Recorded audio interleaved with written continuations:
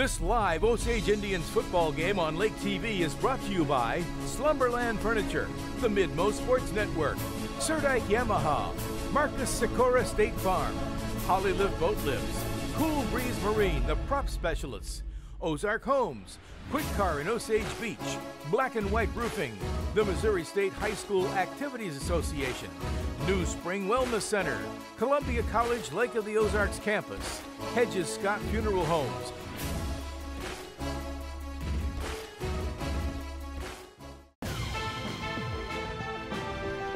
It's time for the Slumberland Furniture pregame show. Good evening, folks, and welcome to Lake TV's coverage of live high school football. It's your Slumberland Furniture pregame show. William Holtz, a good man, Chris Snyder, and tonight we got a good one of two teams 1-0, Chris. Yeah, this one ought to be really interesting tonight because you've got some similar teams going at it tonight. Teams that like to run the ball, they like to control the ball, and they like the defense to kind of keep things in check and take some turnovers and go the other way. Both teams basically want to do the same thing tonight, so it's going to be kind of interesting to see who can get the leg up and get the win tonight. For tonight's big game, it's your Slumberland Furniture pregame show. Chris and I, we're going to break down both teams and what they need to do to be successful tonight. We'll talk with both head coaches, and we'll preview one special player, one from Moberly, one from Osage, that and a whole lot more when we return to your Slumberland Furniture pregame show. Slumberland's Labor Day sale. Bargains are all over the place. Up to 70% off. Get this sectional for only $9.98 and get the ottoman free. Or this beautiful bed for just $3.98. If you've been waiting for our very best deals, this is it. Pay no interest for 4 years. Hurry in and save on your favorite things. The Labor Day sale at Slumberland. It's a good life.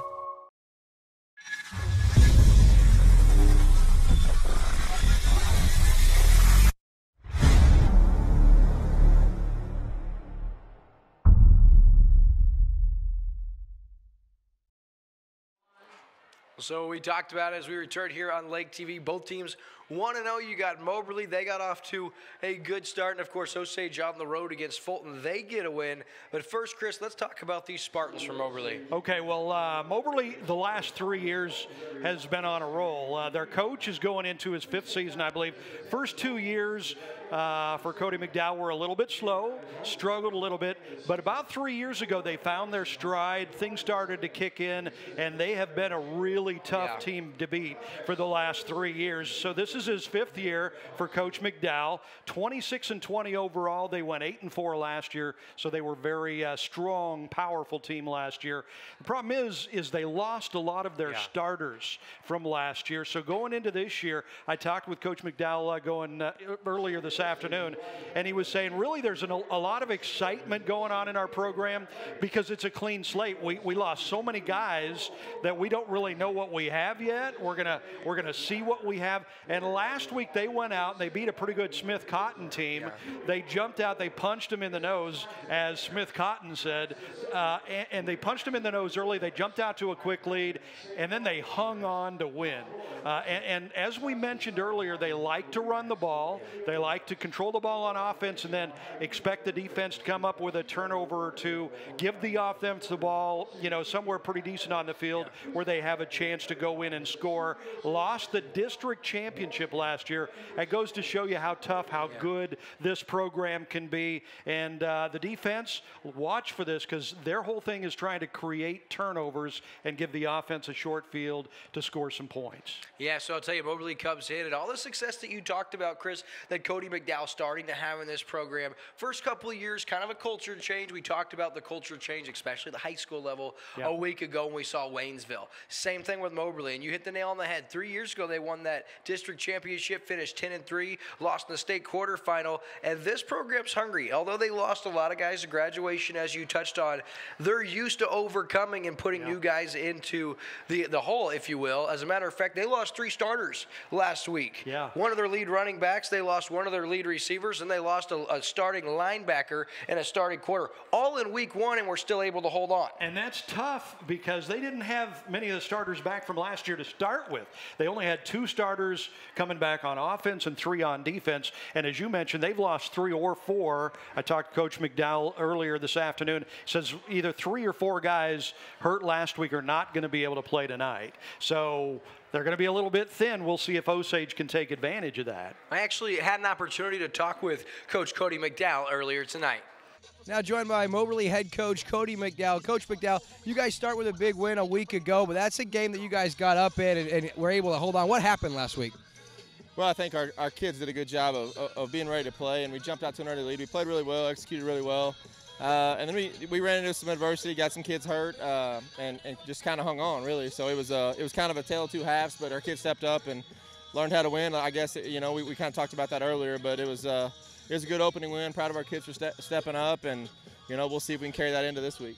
Coach, all programs really have the next man up mentality, but your program especially, you graduated an awful lot of starters. You didn't bring back a ton, and you lost a couple last week. But like you said, it's next man up. What makes your program be able to keep that mentality and win games in the process? I just think it's something we preach year round. It's we compete year round with our kids. We challenge them year round, and they understand the expectation that anybody in our 2 deep needs to be ready to play at any time. And sometimes you run into situations like we did last week. Sometimes it happens in the off season. We just try and build competition into everything we do, and they know that they've got to be ready whether their number is called or not. So sometimes it's football related, sometimes it's off season stuff, but it's just something we try to do every day. Coach, let's talk about your opponent tonight, the Osage Indians. You got them at home last year, beat them 34-0. You think this is a much different team than a year ago?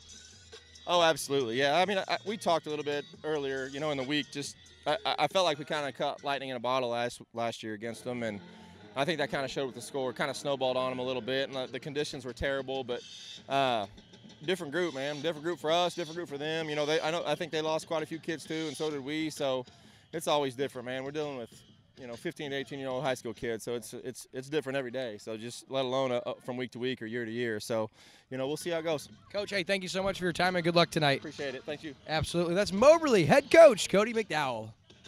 So you get to hear what he had to say. It's next man up is the mentality. And one guy he's got to be really impressed with, who's burst onto the scene, had a huge week ago, and that's one of our star players tonight, Chris. Yeah, absolutely. Our Cool Breeze Marine Spotlight player of the game is a kid that kind of came out of nowhere last week. Don't you love it when that happens? And this kid, he's going to be wearing number 24 tonight, so keep an eye for him. His name is Ethan Vandal, and he's just a junior. So this kid's got 2 years of football left. He's 5'10", 180 pounds. Before we get to that, let's get to our national anthem.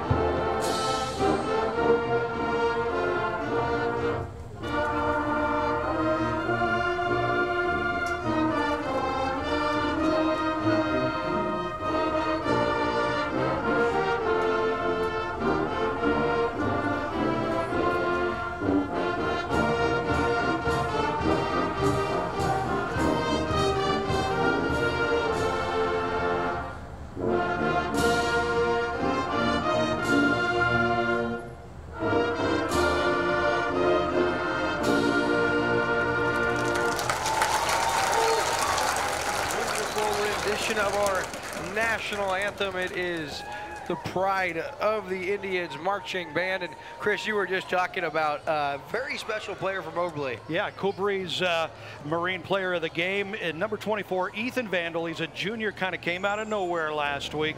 And his numbers, he ran for 57 yards, right? So if you just look at the 57 yards, you're going, well, what's the big deal? Well, 2 of those went into the end zone on only 8 carries. So the guy is very efficient. He's a very strong, slick run, young runner. But he also is a receiver. He had 2 catches, 27 yards in both went for touchdowns last week in the win last week. And remember, they scored all their points early and then hung on to win. And he's also the place kicker. He went 5 for 5. Place kicking. So this kid is pretty special. Keep an eye out for him tonight. It ought to be interesting. And again, it's going to be a key for Osage to keep an eye on him as well.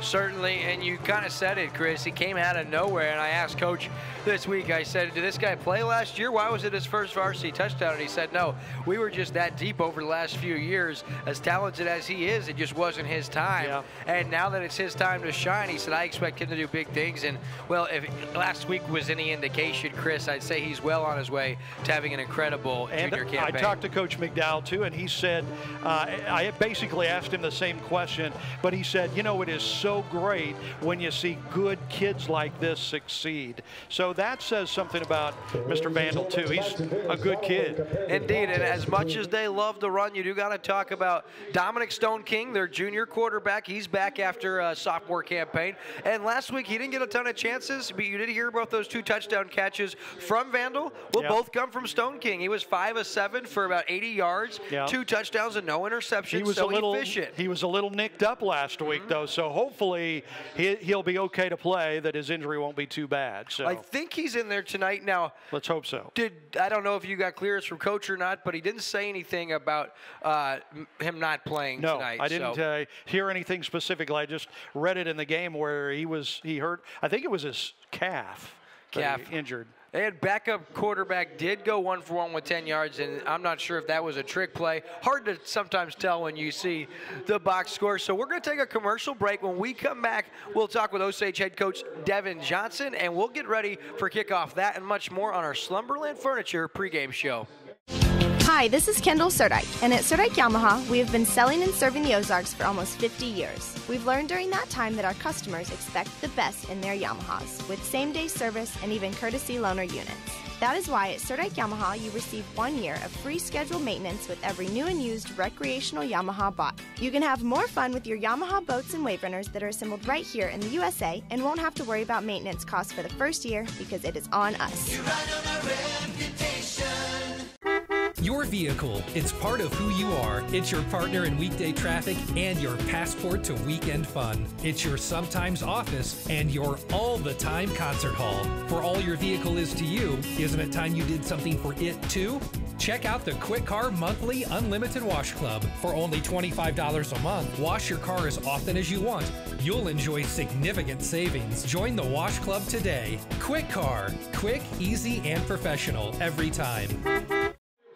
And we're back at your Slumberland Furniture pregame show. Chris Snyder, William Holtz here on Lake TV, just minutes away from 2 undefeated teams kicking off in Week 2 action here on Lake TV. And Chris, we got to talk about Moberly, but our hometown team here, the Osage Indians, and it's an exciting time for the program. The bond that passed a year ago, it added some extra funding here. It's beautiful, yeah. I mean, it is, and you know, a lot of people don't know this, but school, the Osage, one of the most high academic ranking schools for their class in the entire state of Missouri. And so the district is really excited. Let's boost school spirit a little bit.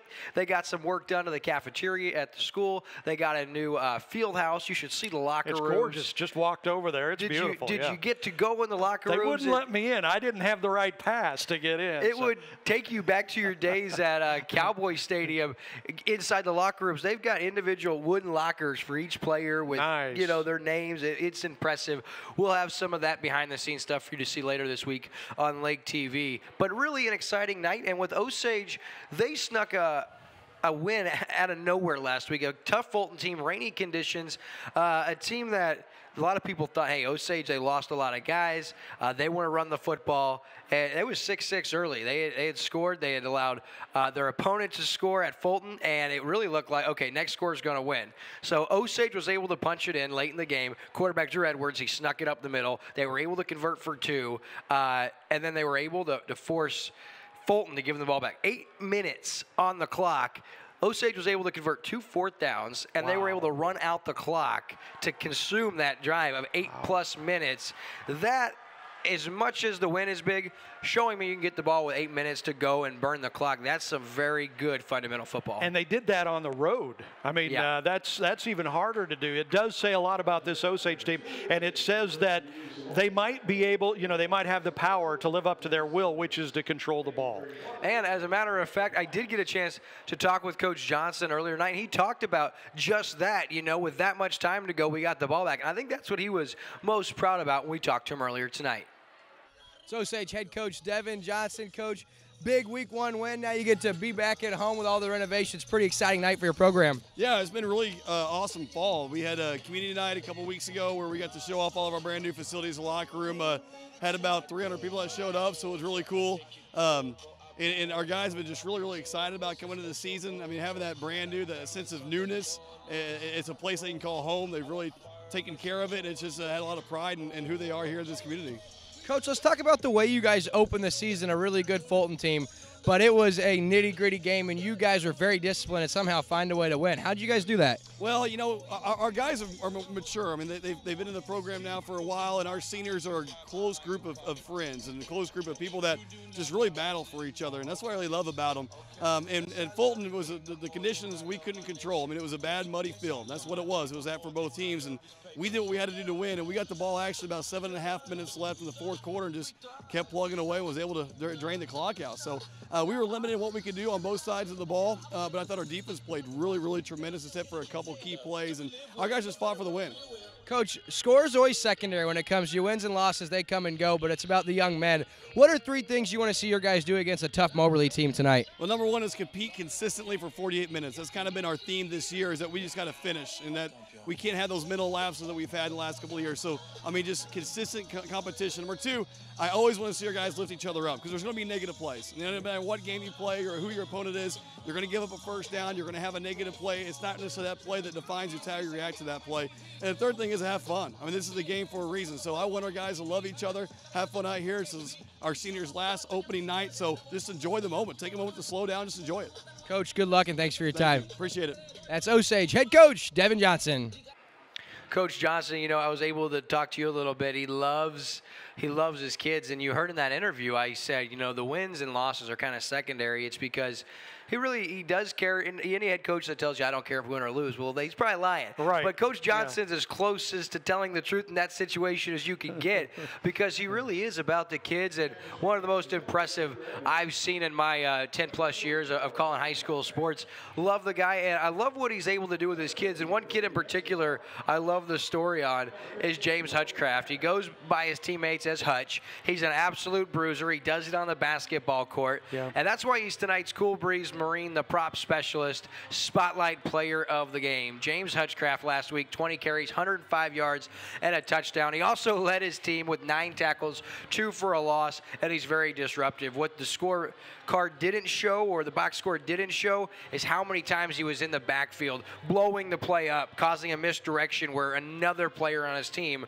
was able to get a tackle for a loss. And Chris, he's been doing this now 3 consecutive seasons. As a sophomore, he was a huge component in that team back in 2017, and here he is as a senior, the true leader of this Indian team, and I expect him to have a big-time game tonight. Yeah, and if a team is going to be successful, they've got to have that core, where, and usually it's 1 or 2 or 3 guys that are coming back from last year that have that leadership, and he is the guy. Yeah. He's the stud on this team, the one that all the rest of the guys look up to. He's the one the coach kind of turns to, relies on to be the team leader and lead the way. And, being the good kid that he is, he's doing a great job of it. For sure. So that's going to conclude tonight's Slumberland Furniture pregame show. We got our coin toss going on at midfield. We'll direct our attention to it, and we'll be back up in the booth momentarily. But I want to see the coin toss here at center field. Chris, just about a minute away from kickoff, and you see big James Hutchcraft, number 44 there for Osage. Boy, he's got some meat on his bones, doesn't he, that guy? Yeah, so it looks like Moberly wins the toss. They are going to defer, kick to the Indians. So Osage will start with the football tonight. So, folks, that's going to conclude tonight's Slumberland Furniture pregame show. The stage has been set. We here on Lake TV are ready. When we return, it's the Moberly Spartans, the Osage Indians, next. This is your home, your car, and you want to give them the protection they deserve with home and auto insurance. This is your Lake Area State Farm agent, Marcus Sikora, and I would love to be the one you trust for your insurance needs. Quarter, give them an extra quarter, and then we'll give mid-mo second and third quarter, and then we'll give post-game fourth quarter. Cool, cool? Welcome back to Lake TV's coverage of high school football. I'm William Holtz, joined by the legend, Chris Snyder. Chris, Osage, it's your first time here calling a game, and you mentioned it, you know, love having this incredible press box, but with the evening, man, it'd be nice to be outside. Yeah, it would, but hey, it's a beautiful press box, and we've got a fantastic view. I love the facilities here. It's everything you want in high school football, right? I mean, this is why we love high school football. Looking forward to a great game tonight. So Ethan Vandal, our spotlight player of the game, we said he's the place kicker. He kicks as well, and here he goes, a high end over and kicked, fielded at about the 5, and it's actually muffed and then picked up. And a good hole here for the Osage return man across the 30, up to about the 33-yard line. Matt Hans, the return man, there for the Indians. And he's up to about the 33-yard line where the Osage Indians start over with the football. And the special teams part of this game is going to be huge, since both of these teams like to keep the ball on the ground. They're not high-powered offenses. They like to pound and ground. Having good field possession is key, and that return definitely helps the Indians early. So here's Edwards now, pitches out to Hans. At the 30, he'll be taken down there at the line of scrimmage. Good ball pursuit there on the play for Moberly.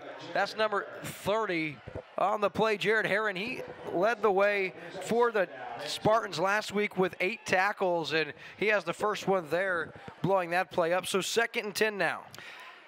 Yeah, good tough defense from Moberly. They live by that. 2nd down carry goes to Hutchcraft, and he has good yardage. We're going to give him 4 before being corralled and taken down there. So going to bring up a 3rd down and 6, and like we're probably used to seeing, Osage puts the ball on the ground the first 2 plays. 3rd and 6, though, we should get to see Edwards through the air. Play action now. Edwards back across. Into the flat, he has Hutchcraft all alone. Set up back across, looking for some help on blocking. He'll finally be corralled inside Moberly territory at the 47-yard line. That's good for a 15-yard gain and an Indian first down, this time presented by Quick Car. That was a well-thought-out play. Osage isn't known for their running. They only carried the ball like 4 or 5 times last week. That was a wonderfully schemed throw, first down. Edwards now, and we're going to have our first Ozark Holmes penalty marker. It's a false start, brings up 1st and 15. But you're right, Chris, 3rd down, you loved what they did. You got everybody moving to the right side of the field. You throw it back across, and really, if Hutch had had a little bit more blocking up front, he may have had more than a 17-yard gain. Yeah, and Moberly was caught off guard on that. They were not expecting that at all. Great scheme, and that's coaching. They knew what to throw at Moberly, and it worked for them early. So 1st down and 15 now. Edwards steps up in the pocket. Low throw, nice job going to get it. I believe that's Logan Havner with the reception there. Boy, all of a sudden, Osage is pulling out the passing game here.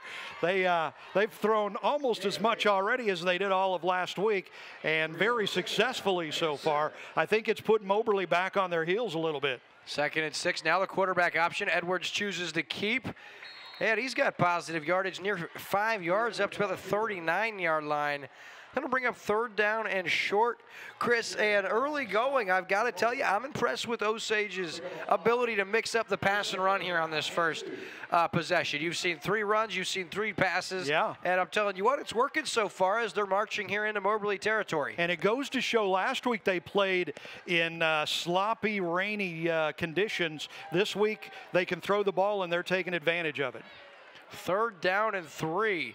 run up the middle, and another first down presented by Quick Car. I believe it's James Hutchcraft. It is, and I'll tell you what, 3rd and short, that's the guy you want to give the football to. Yeah, I tell you what, that was a nice, sweet trap play right up the middle, and just enough yards to get the first down, and they overcame that 5-yard penalty to get that first down.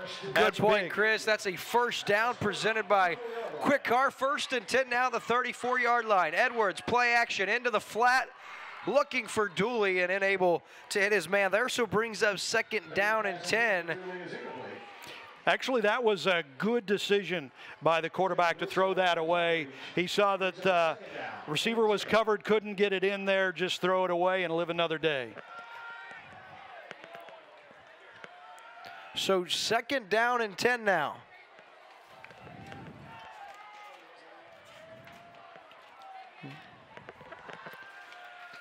Another pass. Edwards now, and in and out of Hahn's hands. Looks like he had some room. Falls incomplete, going to bring up 3rd down and 10. Yeah, interesting. Or the Osage offense has gone to the air here. They were 2 for 2 early and 0 for 2 here in the last couple of throws. So they'll talk about it here, try to figure out what to do with 3rd and long. Official timeout.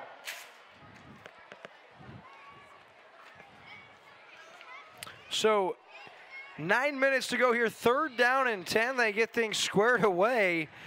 And on 3rd and 10, that's a big one here for Moberly. Haas now, it's going to be a misdirection play. They were looking for the end of round reverse, but it's fumbled, picked up by an offensive lineman inside the 35. That's number 71 for Osage, Davis Sallee. He picks that up, and thank God, because Osage maintains possession. It's 4th and 10 at the Moberly 34-yard line. Chris, maybe a matter where they tried to get just a bit too cute. Yeah, I think so too. And here's another penalty. So things have really gotten bogged down for the Indians of late. Looks like an offsides here on Moberly. Nice. Lining up in the neutral zone. So that's going to be a 5-yard penalty. This penalty flag presented by Ozark Holmes brings up 4th and 5. And if they were going to punt, now at the 29-yard line, yeah, Chris, I say you go, because if you try to punt the ball and you roll into the end zone, you gain 9 yards. So what did you really gain? You might just take a good shot at it, or if you feel good about your kicker, you go for the field goal. But it looks like they'll be going for trying to get the first down, which makes sense. Watch number 15, Logan Havner, out of the slot here, 2nd man from the bottom of your screen. Quick hitter to the outside, in and out of the hands. He just shot that a little too hot. Yeah, he did. Edwards looking for Jack Dooley. So you got to applaud Coach Cody McDowell's defense here for the Spartans. Osage pushes them against the wall, but they bend and don't break. Able to get the turnover on downs, and now we get our first look at the Spartans offense. The opening possession for the Indians ate up about 4 minutes. Yeah, you know what? That was very impressive. That was a good start to the game for Osage. They wanted to control the ball. They wanted to move the ball down the field, and they did exactly that. They just didn't get any points. First give here out of the backfield. That is number 31 for Moberly with the carry, Jack Davidson. He only had 5 carries a week ago, but averaged 8 yards a carry. Chris, his first carry goes for 8 yards tonight, and that's exactly what he averaged a week ago. Wow, that's pretty impressive average when you get the ball in your hands. It says a lot about the Hogs up front, too, making a hole for him. 2nd down and short. Once again, Davidson now gets the give, and he's got first down yardage before being taken down by Jack Dooley as well as Drew Edwards on the outside. So this first down presented by Quick Car. And Moberly, 2 plays as a first down and nearing midfield, Chris. And they did it on the ground the way they like to do it on the ground. It's interesting because Coach McDowell of the Spartans told me, I think Osage is bigger than we are and they're faster than we are. But that first down looked pretty darn good for the Spartans. Sure did, and we got to keep an eye on this quarterback, Dominic Stoneking. We really like this young man. Ball's on the turf, and it is crowd, Johnny on the spot right as I was singing his praises, and able to haul in the snap. That works to Osage's advantage. Loss of 5 brings up 2nd down and 15. Chris? Yeah, just, you know, it looked like a nice snap and everything. He just didn't handle it right, dropped it, but, you know, he fell on the ball. That's good, smart. You don't want to try to pick it up and then leave it there for the other team. So they've got a ways to go now after that. Chris, we talked about how both teams love to run the football. Osage, 4 pass attempts a week ago. Moberly just 8 as a team. So combined just 12 pass attempts a week ago. 2nd down and 15. Now Stone King on the quick hitter. Outside has his receiver. A nice job by Hans to limit the damage after a 6-yard gain. And that's wide receiver Aiden Hanem. And last week we didn't talk about Will LaRue, the junior receiver. He went down and he won't play tonight. So they're going to need guys like Hanem and other receivers to step into those voids filled. First throw of the game there for the Spartans. They look pretty good. Quarterback's got a good arm. He got it out there just fine. Picked up a modest game. They still got a long way to go, 3rd and 9 for this 1st down. So big play for Osage, because if the Indians can stop them here, they'll get the ball back more than likely with pretty good field position. No doubt about it. So out of the shotgun, Davidson to the left. Actually, no, it's Vandal. It's a quarterback option who keeps it. And look at Stone King with the speed and the juke. Inside the 30, he turns on the burners and finally pushed out of bounds at the 10-yard line. That's good for a 47-yard run. And I will tell you what, Dominic Stone King with next-level speed. Yeah, that looked pretty good. Boy, when he got out on the edge, he really turned on the afterburners and picked up some big yards. Tough one for Osage. Had a chance to get the ball back and give up not just the 1st down, but a whole lot more. 47 yards all the way down to the Osage 10. This 1st down presented by Quick Car, and it sees our first trip into the Marcus Sikora red zone. Of course, Marcus Sikora, State Farm Insurance here in Osage Beach. 1st and goal before Stone King has to burn a timeout. So with 5:31 left in the 1st quarter of play, the Moberly Spartans are knocking on the door. We'll be right back with exclusive coverage of Osage Indians football on Lake TV after this. Polylift boat lifts. Boaters everywhere have relied on Polylift boat lifts to raise their boat up and out of the water time and time again. Polylift boat lifts are made of the finest materials and offer a lifetime warranty on the tanks. Stop by Polylift and see the huge selection of wet steps, water toys, and dock accessories. You can even shop online at polylift.com. Polylift boat lifts. You know what they say. We don't just build boat lifts, we build Polylifts. Right, you'd have those up. Welcome back to Lake TV's coverage of live high school football. Week 2 has us right here at School of the Osage in Kaiser, Missouri. William Holtz alongside my good man, the legendary Chris Snyder. Hello. Coyote Chris here. And Chris, how was the week with the sports reports over at 107.9 The Coyote? It was pretty great because we're getting ready for the Chiefs season, but we talked to a lot of the high school coaches, including Devin Johnson, about their games this week. So had a lot of fun this week getting ready for football. 1st and goal now. Stone King to Davidson. Tries to get outside. Trying to control the edge, and what a tackle on the play. That's number 6, Luke Funderburg, the senior. Nice. For the Indians, and I will tell you what, Davidson kept trying to get the edge. Thunderberg comes in, and what a tackle around the legs. Loses about 3 yards, going to bring up 2nd down and goal from the 13. Yeah, I tell you what, the one thing that the Spartans are showing so far is good team speed. And he almost got the edge that time. Great defensive play to get him down before he got on the outside.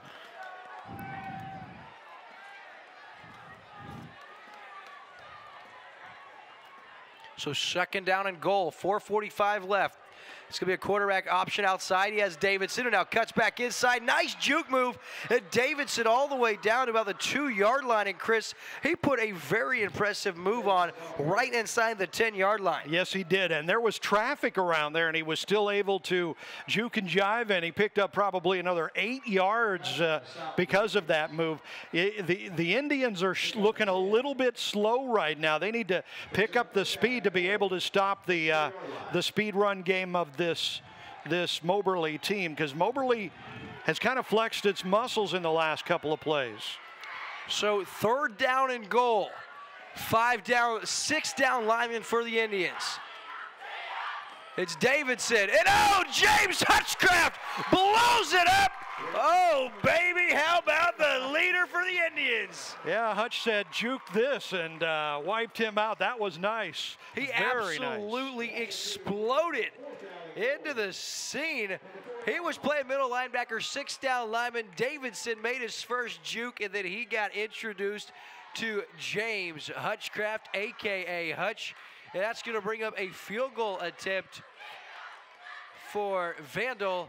5 for 5 last week for point extras. We'll see what he can do in his first field goal attempt of the year. 20 yards. Stone King will hold. Vandal up and Vandal good. So our first score of the game comes with 3:12 left in the first quarter. It comes off the foot of Ethan Vandal. It's the Moberly Indians 3, the Osage Indians 0. We'll be right back on Lake TV after this. Lake of the Ozarks is the boating capital in Missouri. Did you know that your prop is the most important part of your boat? With 27 years of propeller repair at Lake of the Ozarks, Cool Breeze Marine, the prop specialist, is the choice for you. The most advanced in propeller repair and scanning, Cool Breeze Marine, the prop specialist, can help you boat smarter, go farther, and last longer on beautiful Lake of the Ozarks. Cool Breeze Marine, the prop specialist. Go with the best or stay on shore with the rest. And we are back on Lake TV and talk about bending and not breaking. That time Moberly's offense, very impressive on their opening possession, marching all the way down the field. They go 57 yards in about 5 minutes, Chris, but the Indians defense able to stand tall and hold them to a field goal. Yeah, and pretty much what everybody expected. Coach Devin Johnson knew it was coming. He knew this Moberly team liked to run the ball, and I guess they stopped them in the end, but they couldn't stop them from getting down the field and getting that field goal. Last week, Moberly jumped out to a huge early lead in their win over Smith Cotton and then had to hang on to win. Osage, they give up the field goal early, but they don't give up the touchdowns early that Moberly was able to get last week. So we'll see if Osage can take advantage of that and come back. So 3:12 left in the opening quarter. Both teams one offensive possession. Moberly with the slight advantage. That one fielded at about the 9-yard line by Kinder. Kinder across the 20, and he's up to about the 21-yard line. Little extracurricular activity here as Osage starts 1st and 10 at their own 21-yard line. Yeah, a little confusion back there on who was going to take that kickoff and run it, and actually the Indians got a little bit lucky that they were able to catch that and run it, because that could have been disastrous if they let it bounce. Yeah, if it's not for Kender reaching up, making a really nice catch, that could have been dangerous. You had 2 Moberly guys within 8 yards of Kender when he fielded it. So if he doesn't make that catch, that's a great point, partner. That's probably going to be a Moberly football. Edwards now on the quarterback option outside. He's got Dooley, who tries to get the edge. Vandal takes him down from underneath. He upends him after a modest gain of about 3 or 4, but as that play was progressing, it looked like Jack Dooley had all the green daylight in the world, but great play by Vandal. These kids are in such good shape because it's like Vandal there. He plays offense and he plays defense. They don't get much time to rest and breathe, and he made a great play out there on the edge. Still a nice gain, though. Something I love about the high school level you just don't see at college, especially professional. Yeah. The best athlete on the field plays both ways. Yep. All night long. Yep. Here's Hutchcraft now with some room. He has a first down presented by Quick car, he's all the way up to the 35-yard line. That's a nice pickup of 8 yards and a first down. And that was our 2 spotlight players of the game going head-to-head. Vandal tackling Hutch. So, I mean, these guys, there's a reason why they were our spotlight players of the game. And you saw from both sides there. Great tackle, but Hutch made him pay for it because, boy, he gave him a shot. He kind of looks like Mike Allstott was one of those ball carriers back in the day that could really lower the boom. Now, Hutchcraft is listed as a fullback, and that's why I make that comparison. Yeah. He gets the carry here, holds on to the football. He has just a modest gain of 2. What I love about, like I said, getting to see the best athlete on the field all night long. You don't see that when you get into the professional level because obviously they're worth so much money and they want to stay healthy and stay rested. But it's like pitchers in baseball. They were the greatest hitters on their team in high school and college. Yeah. Get to the professional level and you just don't get a hit. Well, it's kind of funny because on good, college teams, they'll joke, the announcers will joke that all the kids used to be quarterbacks in high school because, the quarterback's the best player on the team, basically. Nice job by the front.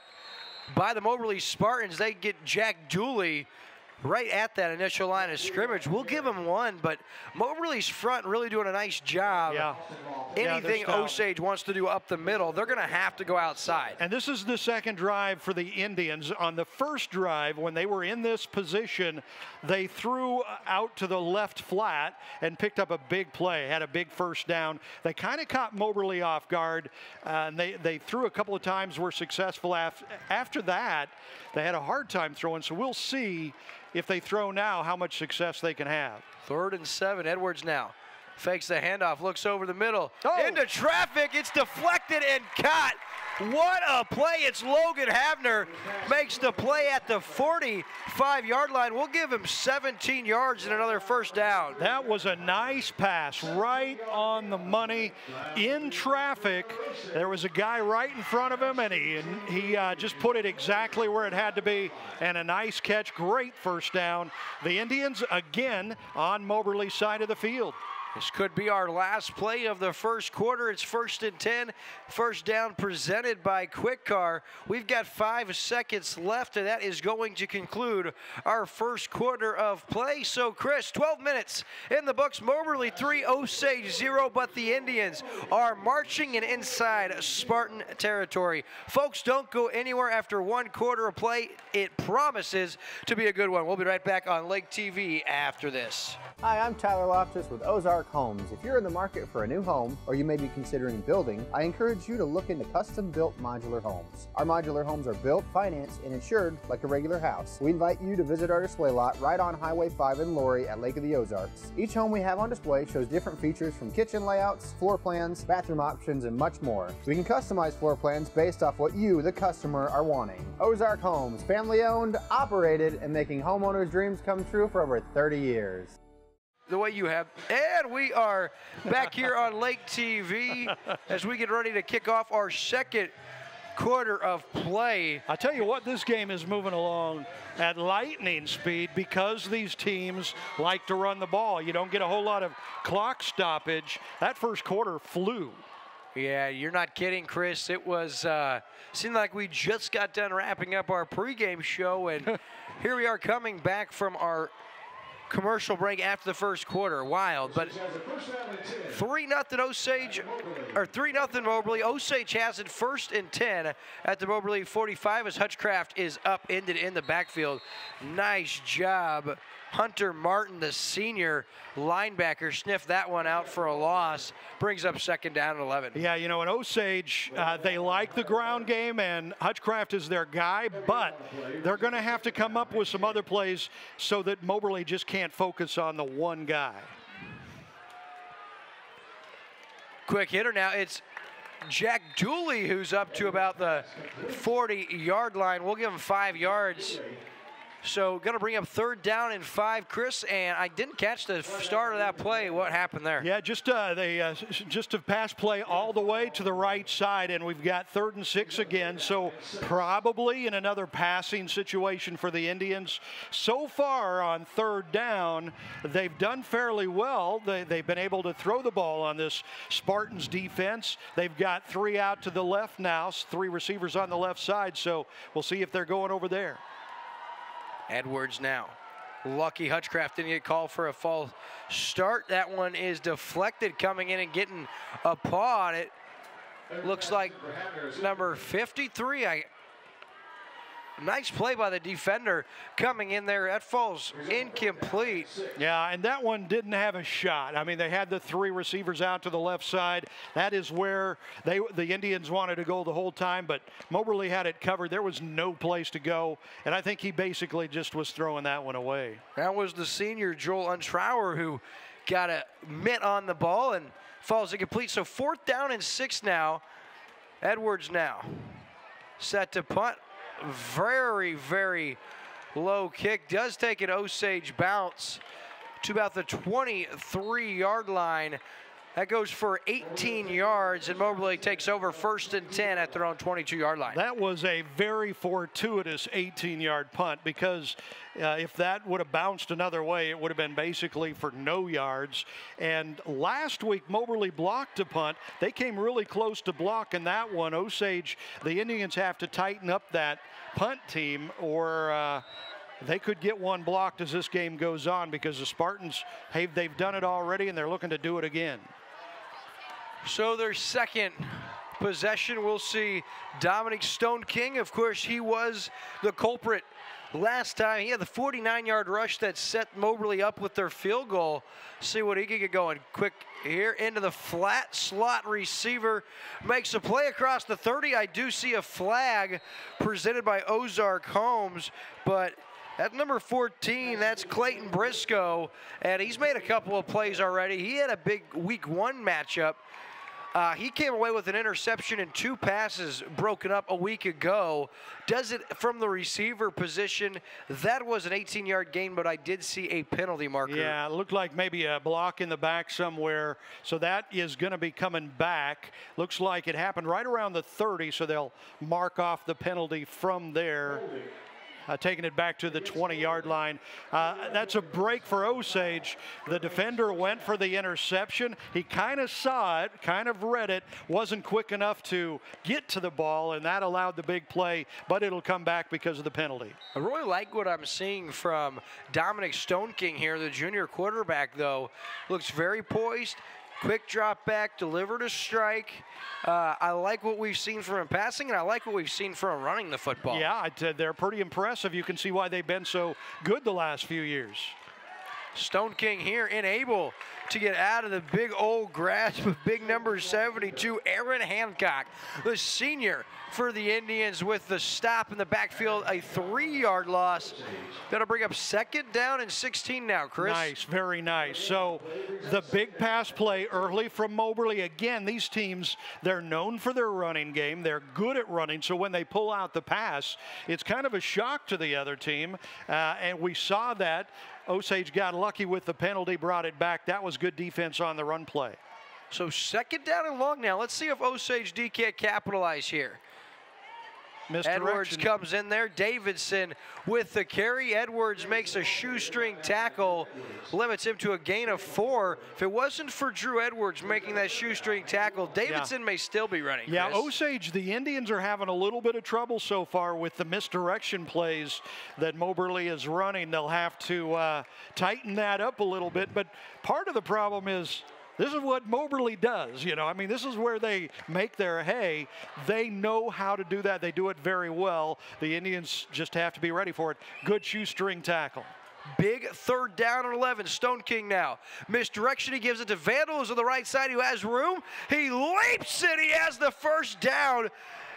Edwards gets to him, but not before Mr. Vandal. Ethan Vandal has 13 yards and a big first down, and what a play and what a gamble to put the ball on the ground on 3rd and 11, Chris. Yeah, good play, but again, it's the misdirection that is working for him, and a lot of that has to do with how good the quarterback is with the ball back there. He hides it well, he slips the handoffs that he's not making well, and then gets it to the players, and Vandal showed a lot of speed around the edge on that one. So 1st down and 10. Once again, this first down brought to you by Quick Car and Osage Beach. Play action now. Looking deep. Stone King now. Pump fakes. He's going to tuck it. He's going to try to run, and he's going to have positive yardage up to about the 37, maybe the 38-yard line. He wanted to go deep there, Chris. At one point in time, he had Aiden Hanman downfield wide open, but I don't think he thought he could get it that far across his body. Yeah, it's tough when you're running to your left and trying to pass back across your body. It's tough to get it downfield that far. So he took it, and he picked up a nice gain, 4 or 5 yards. He shows how slick he is with the ball, though, because he could have been taken down for a sack and wasn't even close to getting caught. 2nd down and 6 inside of 9 minutes to go in the first half. It's Vandal on the sweep to the right side. He's going to be taken down after a modest gain. First man there, Shane Thomas, the sophomore for the Indians. And Shane Thomas, as a sophomore, he starts at that linebacker position. He's going to be a big-time player for this team for the next couple of years. Absolutely, man. Whenever you're getting this kind of playing time as a sophomore, you're going to be a stud. And at that time, it was just basic power running play, no misdirection. The Indians are handling the power running fairly well. They're having the problems with the misdirection. Moberly, 3 of their last 4 on 3rd down. There's a quick one. He's got his man all the way across the 40 up the seam, and that was easy, Chris. Once again, that's number 30, Jared Haran, with the reception. He's all the way down to the 33-yard line. We're going to give him 28 yards and a first down. Boy, he looked uncovered. He's a big kid. I mean, he's like a head above everybody else on that defensive backfield there. He was an easy target to hit, and it was a nice pass. And again, when you run as much as these teams do, it opens up those passing lanes, and it certainly did on that one. Misdirection. Vandal now works back across, still on his feet, making guys miss inside the 10 into the house from 34 yards out, Chris. Ethan Vandal, a sensational highlight reel run. Yeah, he had 4 touchdowns last week, 2 on the ground, 2 in the air, and you see why this kid is special. He's just a junior, but he's got power and he's got speed, and he took that one all the way, touchdown, and Moberly starting to get on a bit of a roll. That is his 5th touchdown of the season already, his 3rd on the ground. And coming into this campaign as a junior, Chris, we talked about it, 0 scores for his career. Last week, again, I mentioned this earlier, last week Moberly jumped out to a big early lead and then hung on. We'll see if the Indians can bounce back. Vandal, perfect 7 for 7 on the season, kicking 6 of 6 from the PAT and from a field goal. Perfect 1 for 1. With 7:35 left in the second quarter, it is Moberly 10, the Indians 0. We'll be back on Lake TV after this. This live Osage Indians football game on Lake TV is brought to you by Slumberland Furniture, the Midmo Sports Network, Surdike Yamaha, Marcus Sikora State Farm, Hollylift Boat Lifts, Cool Breeze Marine, the prop specialists, Ozark Homes, Quick Car in Osage Beach, Black and White Roofing, the Missouri State High School Activities Association, New Spring Wellness Center, Columbia College Lake of the Ozarks Campus, Hedges Scott Funeral Homes,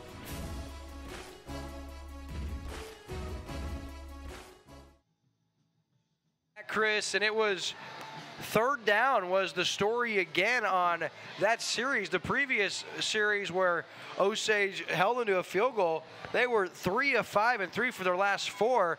Well, on that drive, they were 2 for 2 on 3rd down, and it was a big 3rd and 5 that went for 28 yards to Heron, the receiver, up the slot. The very next play, they didn't take their foot off the gas pedal. Vandal goes 34 yards to pay dirt, and now Osage they're back a little bit against the wall here as they find themselves down 10-0. And with the kickoff going into the end zone, they'll take over 1st and 10 at their own 20. Yeah, again, a little bit of confusion back there on receiving that kickoff. The Indians were lucky that it just bounced and went in the end zone. If that had backed up and come out the other way, that could have again been disastrous for the Indians. So they need to kind of tighten up what's going on there on the kickoff receiving team. But at 10-0, midway through the second quarter now, this is a key time for the Indians. We are going to take a short commercial break. We'll be right back on Lake TV after this. Slumberland's Labor Day sale. Bargains are all over the place. Up to 70% off. Get this sectional for only $9.98 and get the ottoman free. Or this beautiful bed for just $3.98. If you've been waiting for our very best deals, this is it. Pay no interest for 4 years. Hurry in and save on your favorite things. The Labor Day sale at Slumberland. It's a good life. Welcome back here to School of the Osage in beautiful Kaiser, Missouri, where both teams 1-0, but it's Moberly out in front right now, Chris, and really been their ball game. They've capitalized with third down opportunities, and Osage's defense can't get off the field, and their offense really having a hard time at the point of attack. It looks like the defensive line and offensive line right now for Moberly a little more discipline up front. Yeah, the Indians need to do something with this drive. They're down 10-0 now, and they need to show something. New quarterback in there. It's Havner on the first play down to about the 49-yard line, a 26-yard gain. And in there is Brockton McLaughlin, the sophomore, younger brother of great wide receiver Brenton McLaughlin. This is Brockton, the sophomore, and his first pass goes for 30 yards and a first down to Logan Havner. Nice throw, and that they work on in practice every day. The receiver runs to a spot, quarterback throws to a spot. They did it very well, and it picked up a huge first down. Ball is at midfield. That gives them a chance, obviously, to score, but it also gives them control of the field. So McLaughlin now under center, quick hitter, and that one is almost intercepted. That would have been his second of the season, and we talked about Briscoe, the senior Clayton Briscoe. He broke that one up very nearly on his second of the season. And Chris, an interesting storyline. Drew Edwards is this team's starting quarterback, the senior. Didn't see a whole lot going on those first couple possessions, and all of a sudden, the sophomore, Brockton McLaughlin, in there at quarterback, and I see Edwards on the sideline. He doesn't look hurt. We saw him on that last possession defensively, so we could see Brockton McLaughlin. Brockton may be the quarterback for this team tonight. Could be. He's obviously got a great arm. He's been in there. He's thrown 2 balls and thrown them very well. Oh, looking for Matt Hans is McLaughlin, in and out of the hands. Hans went up, tried to climb the ladder, and a little bit of a wounded duck, but that was really in a good place. Yeah, and you know what? He also had an open receiver further out in the left flat. He didn't see him. If he did, it would have been a nice gainer out there. As it was, that was fairly close to being a catch. But the Indians have switched up all of a sudden. They've gone to a passing game. Yeah, something throwing all of us for a loop as the sophomore, Brockton McLaughlin.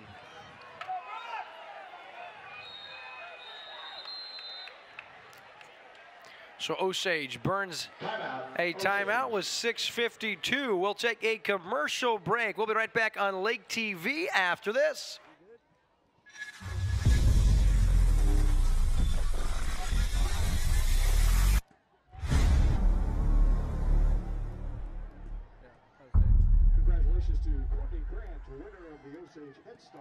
Hi, this is Kendall Surdike, and at Surdike Yamaha, we have been selling and serving the Ozarks for almost 50 years. We've learned during that time that our customers expect the best in their Yamahas, with same-day service and even courtesy loaner units. That is why at Surdike Yamaha, you receive 1 year of free scheduled maintenance with every new and used recreational Yamaha bought. You can have more fun with your Yamaha boats and wave runners that are assembled right here in the USA and won't have to worry about maintenance costs for the first year because it is on us. And we are back now as the Indians faced with 3rd and 10. And for those of you just joining us, it was Drew Edwards, the senior, through the Indians' first couple of series. But out of nowhere, we see the sophomore Brockton McLaughlin comes in, and his first play, 30-yard connection to Logan Havner, couple of incompletions, and now 3rd and 10. A ball at midfield, trip wide receivers bunched up in the slot, 5 total. Interesting formation. Here's McLaughlin now looking to his left. Has his man. It's Havner who goes up and gets it at the 27-yard line. And Chris, this young man, Logan Havner, he's all in. He's a great receiver, and you see he'll go get the football at the point of attack. You didn't have to see McLaughlin do a lot there. He just threw it up there, and guess what? Havner goes and gets it, that one for a 24-yard gain. Yeah, 2 long passes in this drive, and it's got the Indians in scoring position on the 26-yard line.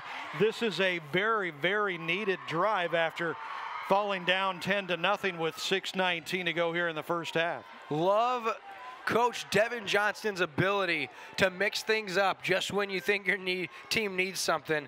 Bringing a new quarterback, and so far it's proven a spark. Hutchcraft on the option, lowers his shoulder, and well, I'll tell you what, to get 2 yards on that, maybe even 3 the senior has, so James Hutchcraft, 3 yards, brings up 2nd down and 7. And that was the first run play with the new quarterback in there. He'd thrown every other time, running on that one. They're hoping, the Indians are hoping that this passing game that they've all of a sudden come up with is going to open some running lanes, which they're used to doing, is running the ball. This passing thought, Coach Devin Johnson saw something from McLaughlin in practice. This kid can throw the ball. Quick hitter here in the slot. Uh-oh, that one's going the other way. Right place at the right time. That's Vandal all the way to the house. He takes that one 84 yards, pick 6.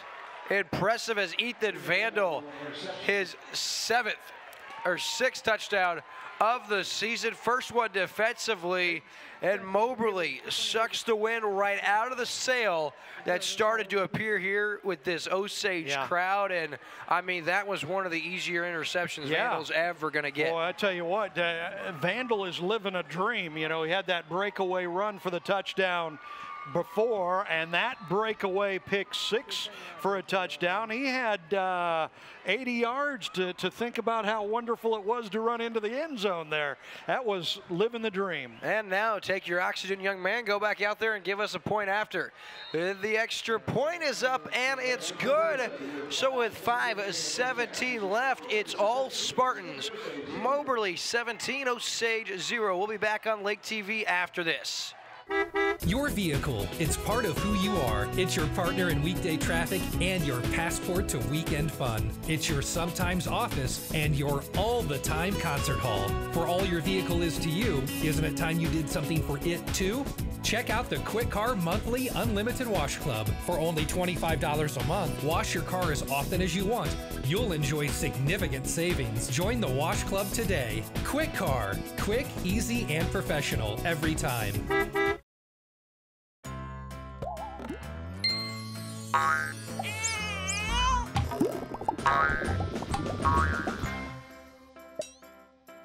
This is your Lake Area State Farm agent, Marcus Sikora, and I would love to be the one you trust for your insurance needs.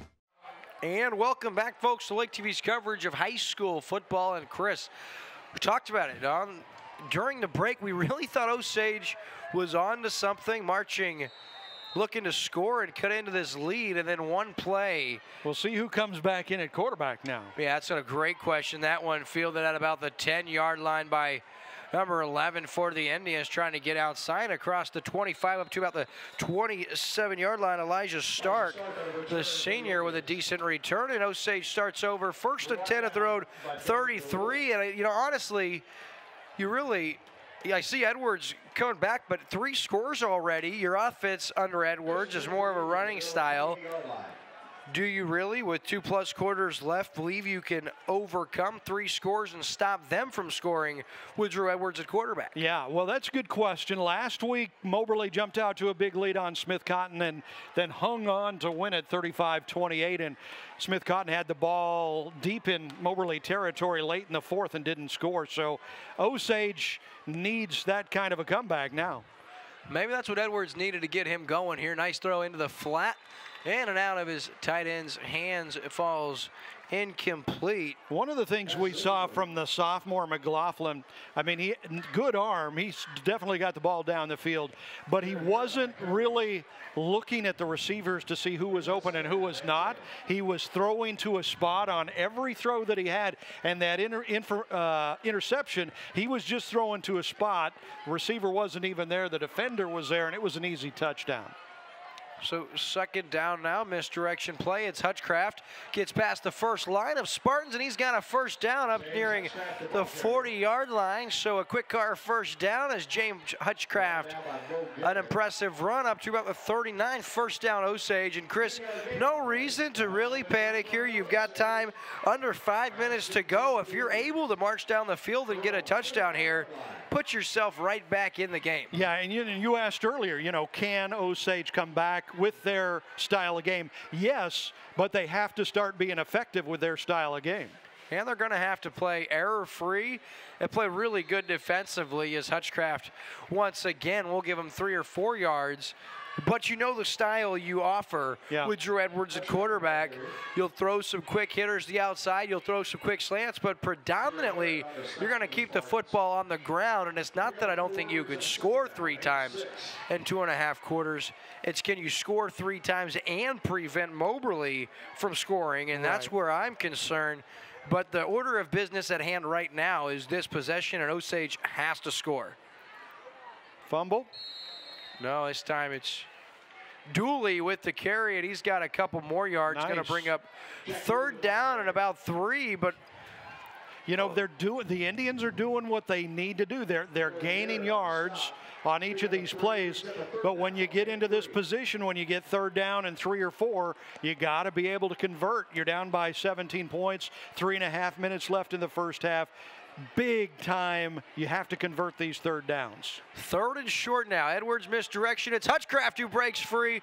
He's into Moberly territory. We do have a penalty flag behind the play. Where I saw this one thrown in at, this could be, it's going to be holding against the Indians, and that's going to negate a big 1st down. And penalty flag presented by Ozark Homes and Lori Ozark. Manufactured homes. You dream it, they can build it. Ozark Homes. So, Chris, just a case here where the Indians do something positive, and before you can really celebrate, shoot themselves in the foot. A big-time penalty there. That's tough. That's really tough because they had the big, huge 1st down that they needed, but that holding penalty brings it all the way back, and they've got a long way to go now. And again, this takes them out of their comfort zone of running the ball. They've got 3rd down and 13, 14 yards to go. They're pretty much going to have to throw the ball here.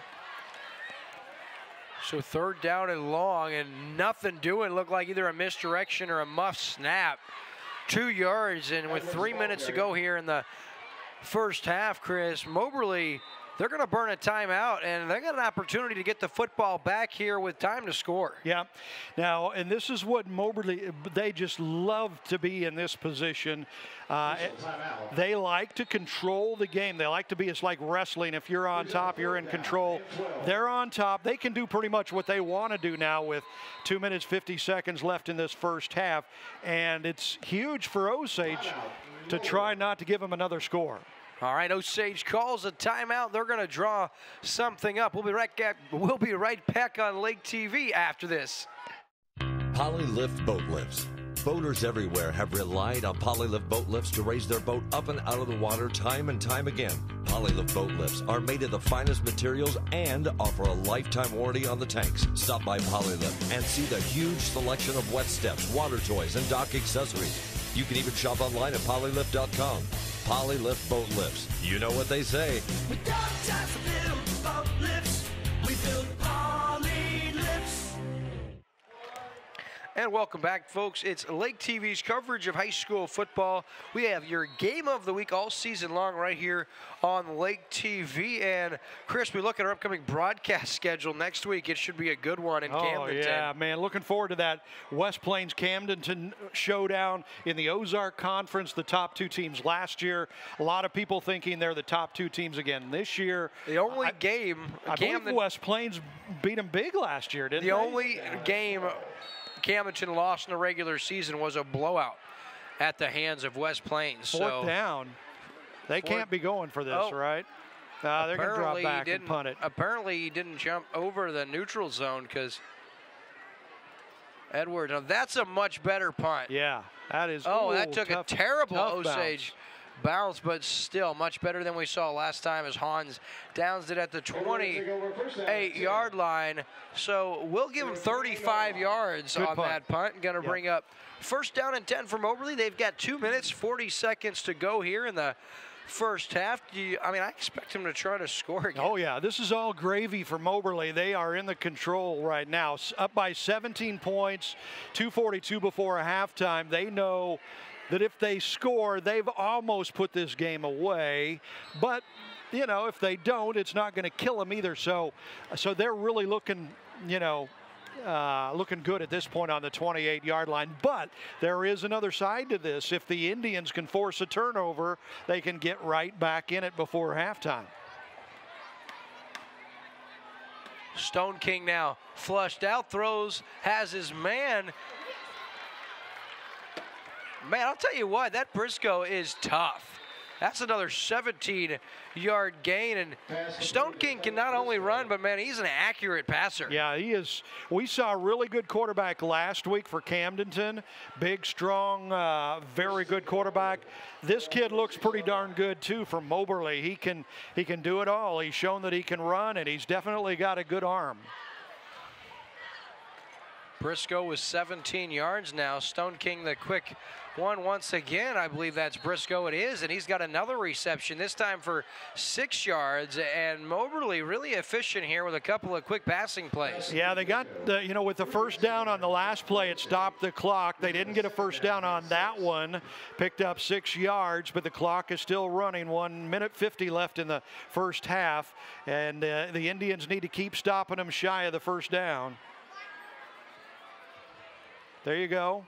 Nice play out to the far sideline. This time it's Avery Pollard, the senior, with his first catch, and he has about 8 yards. He did get out of bounds, so it stops the clock with 1:40 to go. That's exactly what Moberly wanted to do. I tell you what, they are being very skillful and efficient on this drive, getting the clock stopped with a first down that time, getting out of bounds. If he hadn't have gotten out of bounds, clock would still be running and they'd be against it. This is a huge third down.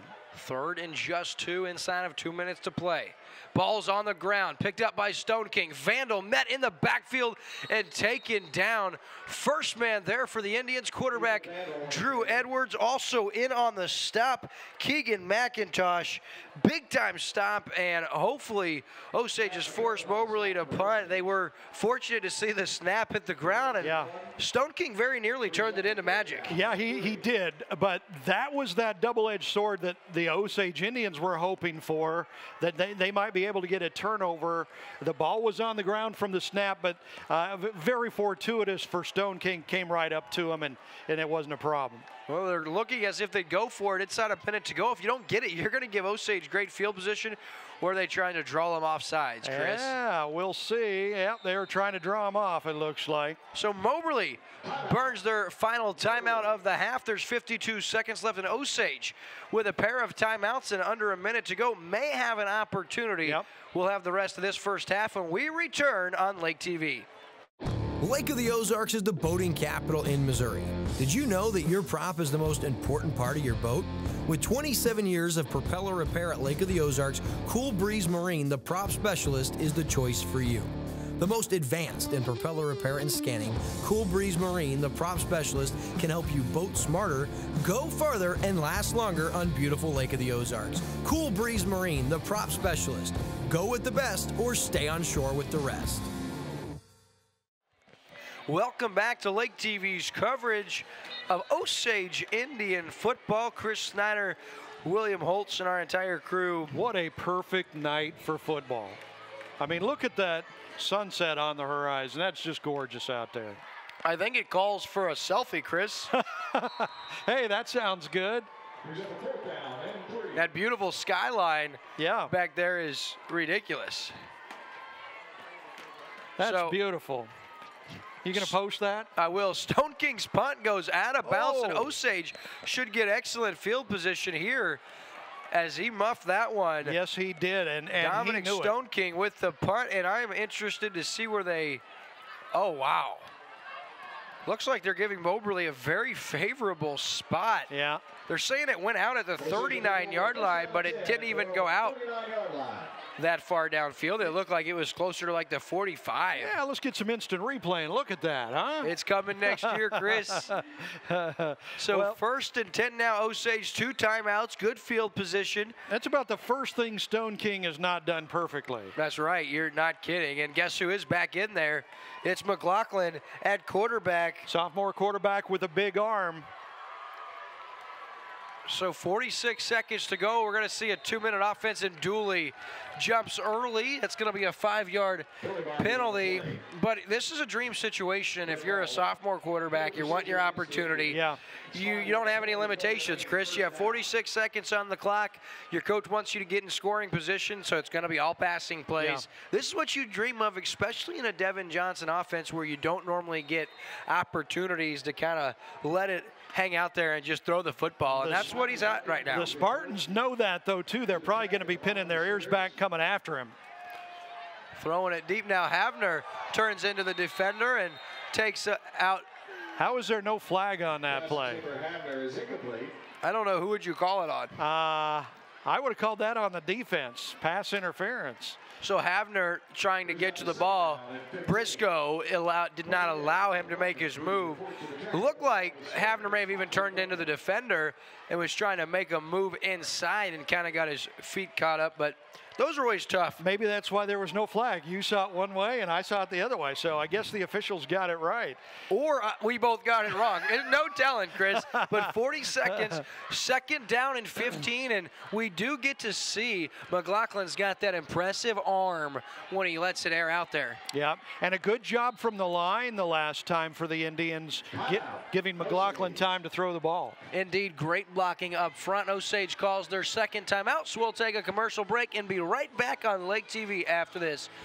Hi, I'm Tyler Loftus with Ozark Homes. If you're in the market for a new home, or you may be considering building, I encourage you to look into custom-built modular homes. Our modular homes are built, financed, and insured like a regular house. We invite you to visit our display lot right on Highway 5 in Laurie at Lake of the Ozarks. Each home we have on display shows different features from kitchen layouts, floor plans, bathroom options, and much more. We can customize floor plans based off what you, the customer, are wanting. Ozark Homes, family-owned, operated, and making homeowners' dreams come true for over 30 years.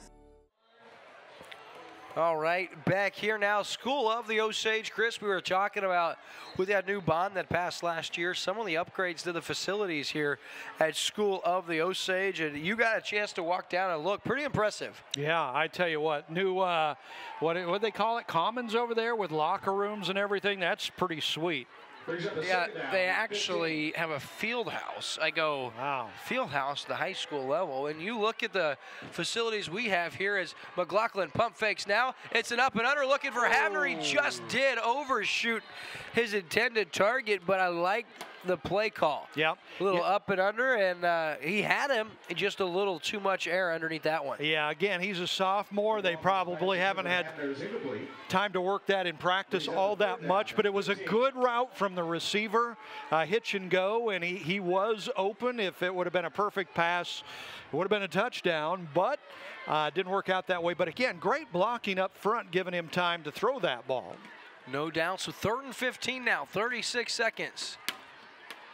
Into the flat, a little high, and Hans unable to haul it in. So 32 seconds left, and Osage now, after 3 quick incompletes, they're going to be forced to punt the football back. And remember, last week, Moberly blocked a punt, and the first punt the Indians had tonight, it was close to getting blocked. So they need to be careful. They need to, get everything right, get the snap right, and get the punt off, because the Spartans will probably be coming after this one. 32 seconds. Moberly, no timeouts, but whether they go for the block or they get a decent return, they may have a time for a couple shots. Low snap. Low snap, and good job by Edwards to get it away, and takes a decent Osage bounce, and it's going to stop right there at the 29-yard line. So 37 yards in the last two punts by Edwards, much better. Edwards deserves an award for that one because it was a low snap. It bounced to him. He fielded it like a shortstop, picked it up, got off a good punt. And again, the rush was there from Moberly. They were coming after it, but he got it off quickly and got off a really good punt back on the 29-yard line. So with 23 seconds left in the first half, Moberly, you know, I mean, if you're the Indians, you got to be careful, but Moberly looks like they're just going to take a knee out. And they will, so that should conclude the first half, folks. We'll take a commercial break here momentarily, and then we'll come back with our Mid-Most Sports Network halftime show. And Chris, 17-0's your score at the break, but let's not forget about that impressive play on special teams, because if Osage is able in this second half to fight back in, we cannot forget about that play that forced Moberly to knee it, opposed to take a shot. So at half, Moberly 17, Osage nothing. You're watching exclusive coverage of Osage Indian football on Lake TV. We'll be back with our Mid-Mo Sports Network halftime show, and we'll also show you part of the band performance right here on Lake TV after this. This live Osage Indians football game on Lake TV is brought to you by Slumberland Furniture, the Mid-Mo Sports Network, Surdike Yamaha, Marcus Sikora State Farm, Hollylift Boat Lifts, Cool Breeze Marine, the prop specialists, Ozark Homes, Quick Car in Osage Beach, Black and White Roofing, the Missouri State High School Activities Association, New Spring Wellness Center, Columbia College Lake of the Ozarks Campus, Hedges Scott Funeral Homes,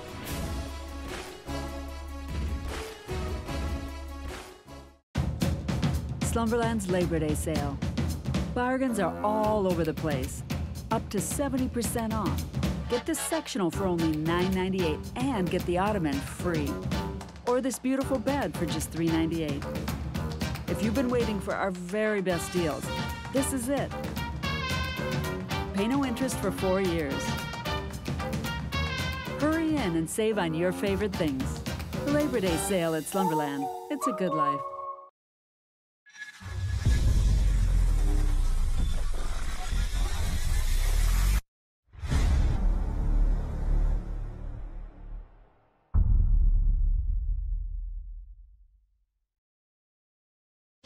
Hi, this is Kendall Surdike, and at Surdike Yamaha, we have been selling and serving the Ozarks for almost 50 years. We've learned during that time that our customers expect the best in their Yamahas, with same-day service and even courtesy loaner units. That is why at Surdike Yamaha, you receive 1 year of free scheduled maintenance with every new and used recreational Yamaha bought. You can have more fun with your Yamaha boats and wave runners that are assembled right here in the USA and won't have to worry about maintenance costs for the first year because it is on us. You ride on a reputation. Your vehicle, it's part of who you are. It's your partner in weekday traffic and your passport to weekend fun. It's your sometimes office and your all-the-time concert hall. For all your vehicle is to you, isn't it time you did something for it too? Check out the Quick Car Monthly Unlimited Wash Club. For only $25 a month, wash your car as often as you want. You'll enjoy significant savings. Join the Wash Club today. Quick Car. Quick, easy, and professional every time.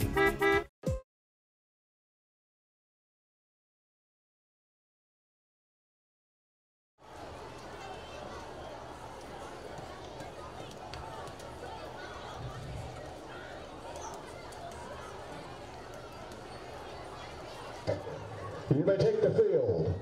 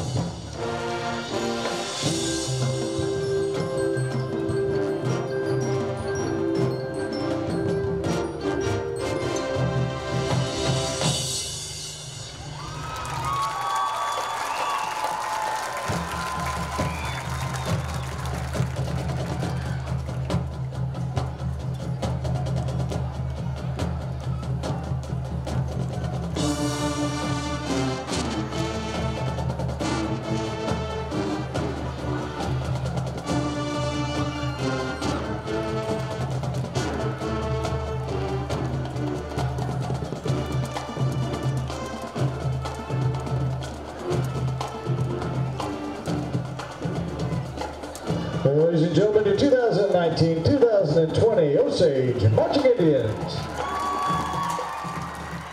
All right, so a nice halftime show. Big part of it, you forget sometimes, of course, you know, the football players and the coaches. You can't forget about your flag twirlers. You can't forget about your dancers. You can't, I guess it's color guard. You can't forget about your cheerleaders and, of course, your band. They all are a big part of the overall Friday Night Lights experience. And Chris, tonight, a game that we thought was going to be close, looked like it was going to be close, but Moberly been the team that's kind of forced their will on Osage, and they're up 17-0. Yeah, you know, and it's just been a few plays, just a play here and a play there. There's been a couple of key third downs that the Indians did not pick up, and that Moberly did pick up. And not only did they pick them up, they took them into the end zone, you know, one time. And then the interception that was a pick six, taken back about 80 yards for a touchdown.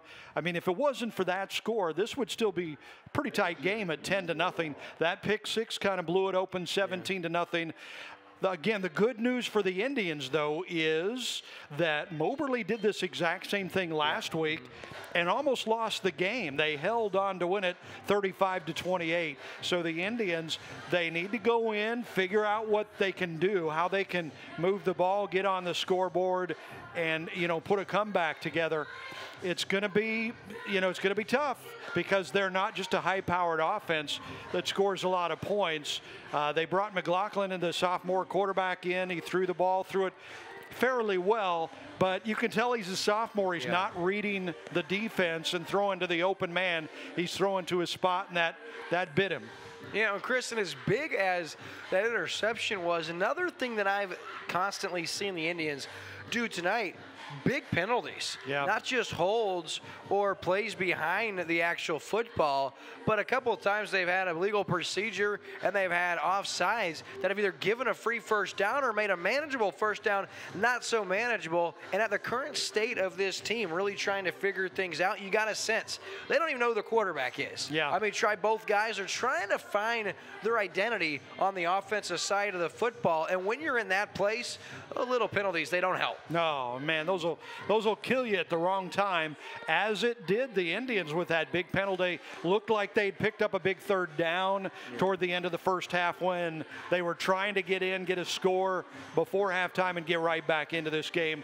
Big penalty brought it back, and that put the kibosh on that. And there's a couple of areas that the Indians actually, even though they're down 17-0, they got kind of lucky on. Number one is the kickoff receiving team. There was almost two catastrophes that could have actually led to touchdowns for Moberly that they got away with. And punting the ball too, they just got kicks off that came close to getting blocked. So they need to tighten up a lot of stuff in the second half. And then the defense, as you mentioned earlier, the defense is going to have to either stop Moberly and hopefully even on top of that, come up with a turnover or two.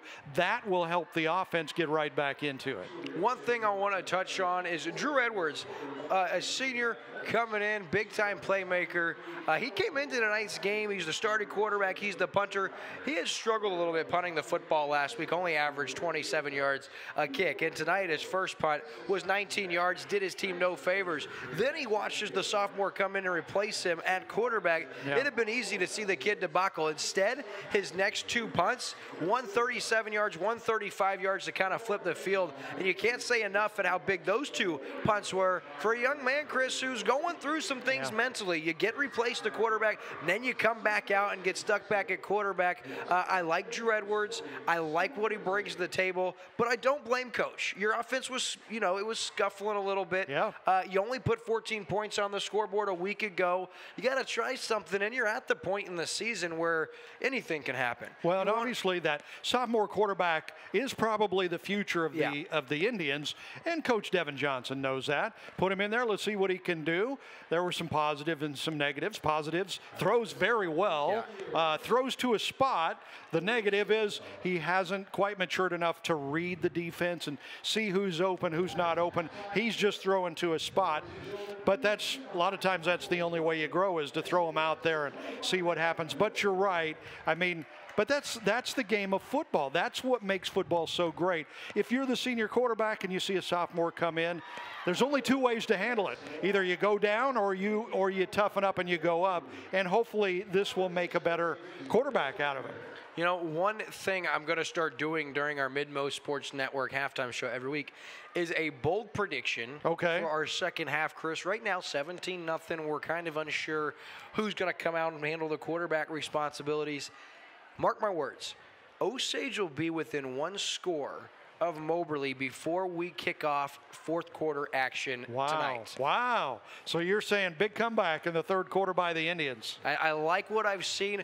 Can't forget Logan Havner, the receiver. 2 big catches, 125 yards, 129 yards. He's only got 2 catches, but every time you throw the football in his direction, he can make things happen. Something tells me McLaughlin's coming out of quarterback. Him and Havner are going to get something going. Jack Dooley's going to get something going. James Hutchcraft going to get something going. But if that doesn't happen, you got to tip your cap to Coach Cody McDowell and this Moberly team because they've come out in this first half and they've taken it to the Indians. They've been more disciplined. They've tackled better. They haven't coughed the football over. They've been better on special teams, and that's why they're up 17-0. Luckily for the Indians, this game not out of reach. Oh, yeah, absolutely. It's definitely not out of reach.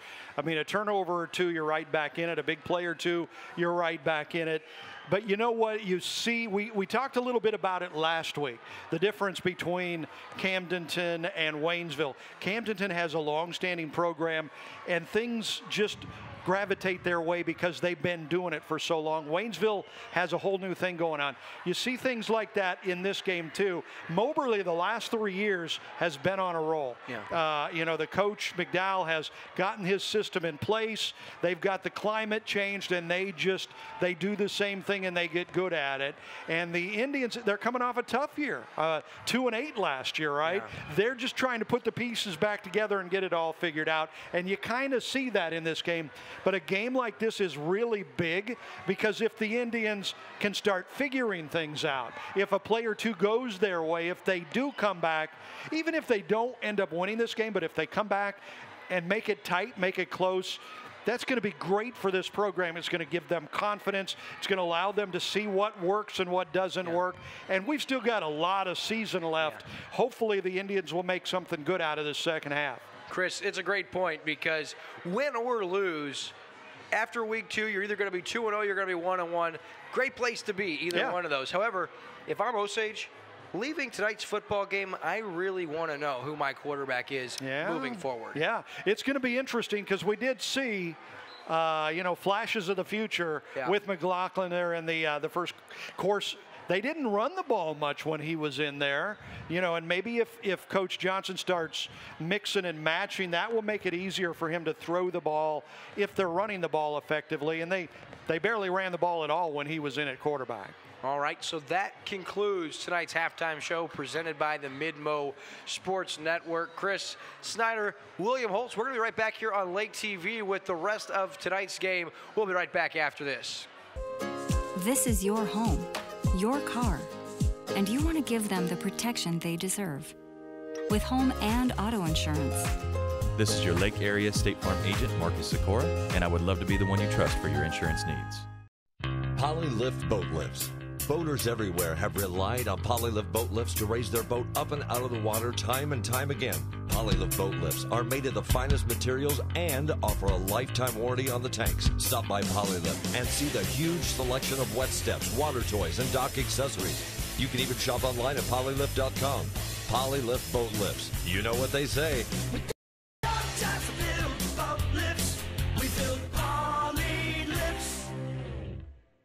Lake of the Ozarks is the boating capital in Missouri. Did you know that your prop is the most important part of your boat? With 27 years of propeller repair at Lake of the Ozarks, Cool Breeze Marine, the prop specialist, is the choice for you.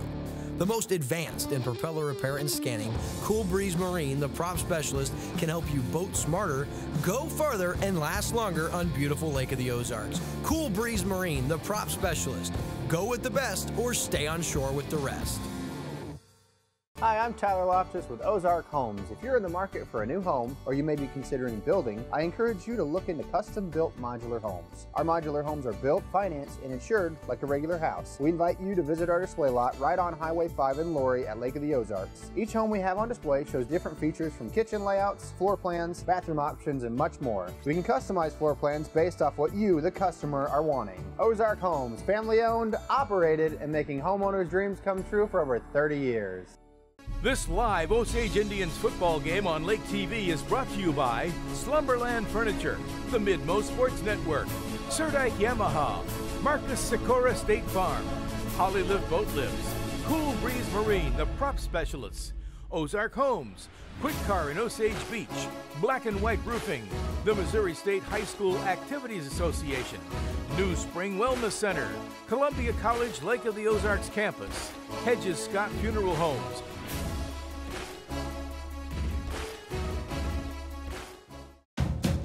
Slumberland's Labor Day sale. Bargains are all over the place. Up to 70% off. Get this sectional for only $9.98 and get the ottoman free. Or this beautiful bed for just $3.98. If you've been waiting for our very best deals, this is it. Pay no interest for 4 years. Hurry in and save on your favorite things. The Labor Day sale at Slumberland. It's a good life.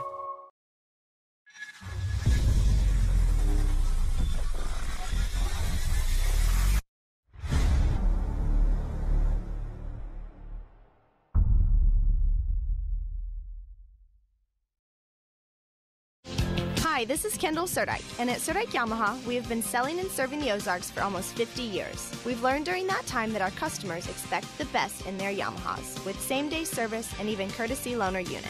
That is why at Surdike Yamaha, you receive 1 year of free scheduled maintenance with every new and used recreational Yamaha bought. You can have more fun with your Yamaha boats and wave runners that are assembled right here in the USA and won't have to worry about maintenance costs for the first year because it is on us.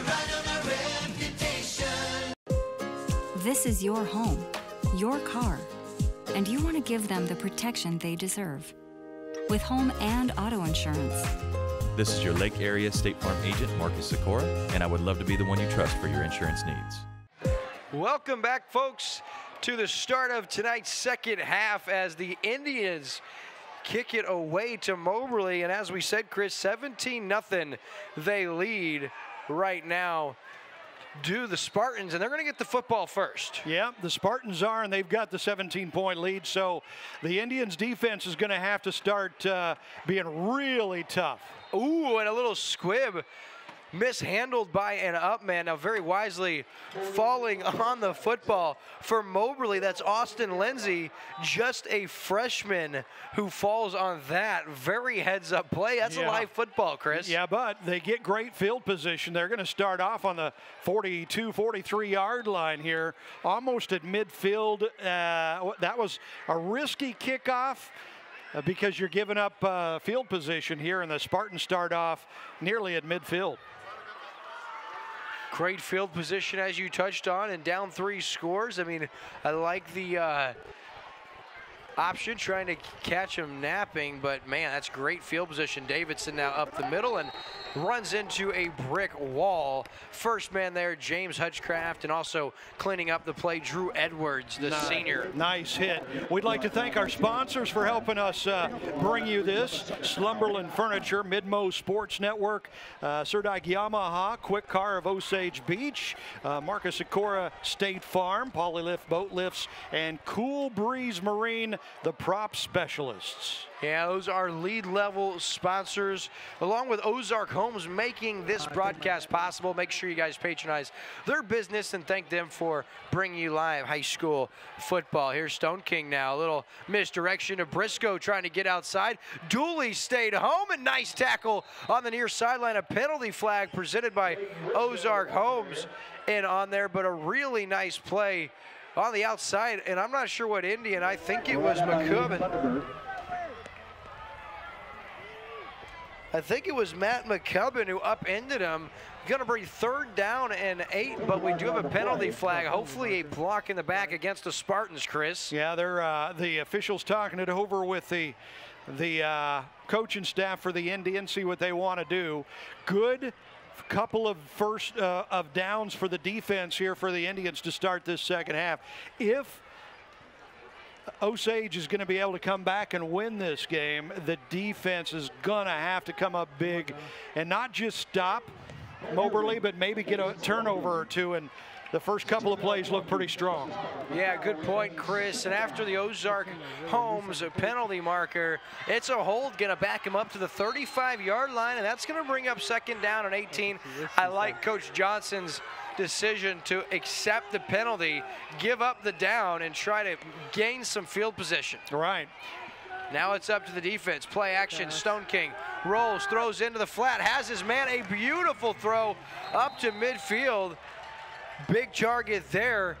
Number 85, Jackson Miller with the reception, the junior, Chris, and he's up to the 49-yard line. He has 16 yards, going to bring up 3rd down and 2, and after the penalty, really nice play design. Yeah, big play, a big 3rd down here. Moberly has just got 2 yards to go to get a 1st down, keep this drive alive, and Osage needs a stop. They need to stop the momentum that the Spartans have going and get the ball back. Where's the crowd noise? 3rd and 2, 10 left in the 3rd. Play action. Actually going to be a read option. The quarterback keeps it and taking him down in the backfield. Number 50. That's Escobar, the linebacker. Rudy Escobar, the senior, only stands 5'9", Chris, but for every bit of short that he is, he's just as tough. That's going to bring up a big 4th down and 3, and what a job to take ball carrier down right there. Great stop for the Indians on the first drive for the Spartans. Spartans with a 17-point lead, and the Indians had to get a stop there. Looks like they have, and Moberly looking like they're going to punt it away. Stone King now to punt. Gets away a low kick. Good bounce, fielded at the 20. And that's going to be about a 32-yard punt on the net with the return of -1 yard. So a 32-yard punt for Stone King. Really nice job at Osage. They have it 1st and 10, and it looks like we do have a injury. We'll take a commercial break. We'll be right back on Lake TV after this. Your vehicle, it's part of who you are. It's your partner in weekday traffic and your passport to weekend fun. It's your sometimes office and your all-the-time concert hall. For all your vehicle is to you, isn't it time you did something for it too? Check out the Quick Car Monthly Unlimited Wash Club. For only $25 a month, wash your car as often as you want. You'll enjoy significant savings. Join the Wash Club today. Quick Car. Quick, easy, and professional every time. So as we get things squared away, as Coach Cody McDowell tries to talk things off with the official, do want to give a shout out to the rest of our sponsors: Black and White Roofing, Missouri State High School Activities Association, New Spring Wellness Center, Columbia College, Lake of the Ozarks, and Hedges Scott Funeral Homes, as Hutch with another impressive run, this time to the tune of 9 yards, going to bring up 2nd down and 1. Nice misdirection play off the left tackle there. They pick up a great game. Obviously, they talked about some things in the locker room, the Indians did, about what they have to come out and be successful at to get back into this game. That's a pretty good way to start. Yeah, 1st down presented by Quick Car on the legs of James Hutchcraft.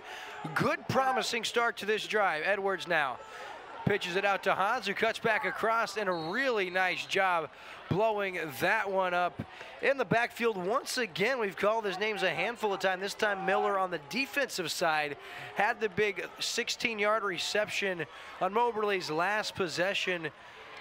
Makes a stop, limiting the Indians to a modest gain of 1. Now 2nd and 9, Chris. You're led to believe we're going to have to see Drew Edwards throwing the football. Yeah, they're probably going to have to mix it up because this Moberly defense is very stout. They're tough against the run. as they show right here. And the football's on the ground. Hutchcraft fumbled, and I believe Moberly has recovered. Just when Osage starts to gain a little momentum, they cough up the football, and Andrew Huff, the junior, Johnny on the spot, gives it right back to the Spartans. 1st and 10 at the 26-yard line of Osage. Yeah, Coach Cody McDowell, he teaches that. I mean, when I talked to him this week, I said, what do you guys have to do to win? And he says, well, we just have to be tough, but our defense has to force some turnovers. They teach that in practice, how to try to strip it out, and it worked for them that time. So a shortened field here for Moberly after the Osage defense did their job to start the half. Davidson runs into a brick wall. That's Josh McCubbin. Throws it for a 2-yard loss. And Hutch was in on that too. I think he was the one that lost the ball just that earlier play, wasn't he? He's probably like getting a little frustration out there. That was James Hutchcraft, a.k.a. Hutch, with the fumble, and you know he's eager to get that taste out of his mouth, and he'll be eager to make a play for his team.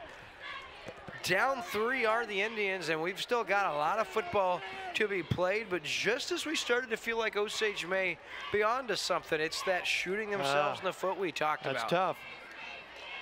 Here's Vansel now, and the Indians have that play figured out. It's Edwards in the backfield. He gets the first hand on him, and James Hutchcraft cleans it up, and that's going to be a 5-yard loss, bringing up 3rd down and 17. And in this second half, the defense for the Indians has been very impressive. Yes, and this is huge because they're backing the Spartans up. The Spartans started out almost in field goal range, and now they're losing ground. But remember the last time they were backed up like this, the Spartans threw the ball, and Stone King is proving to be a very good throwing quarterback for Moberly, so the Indians have to be careful.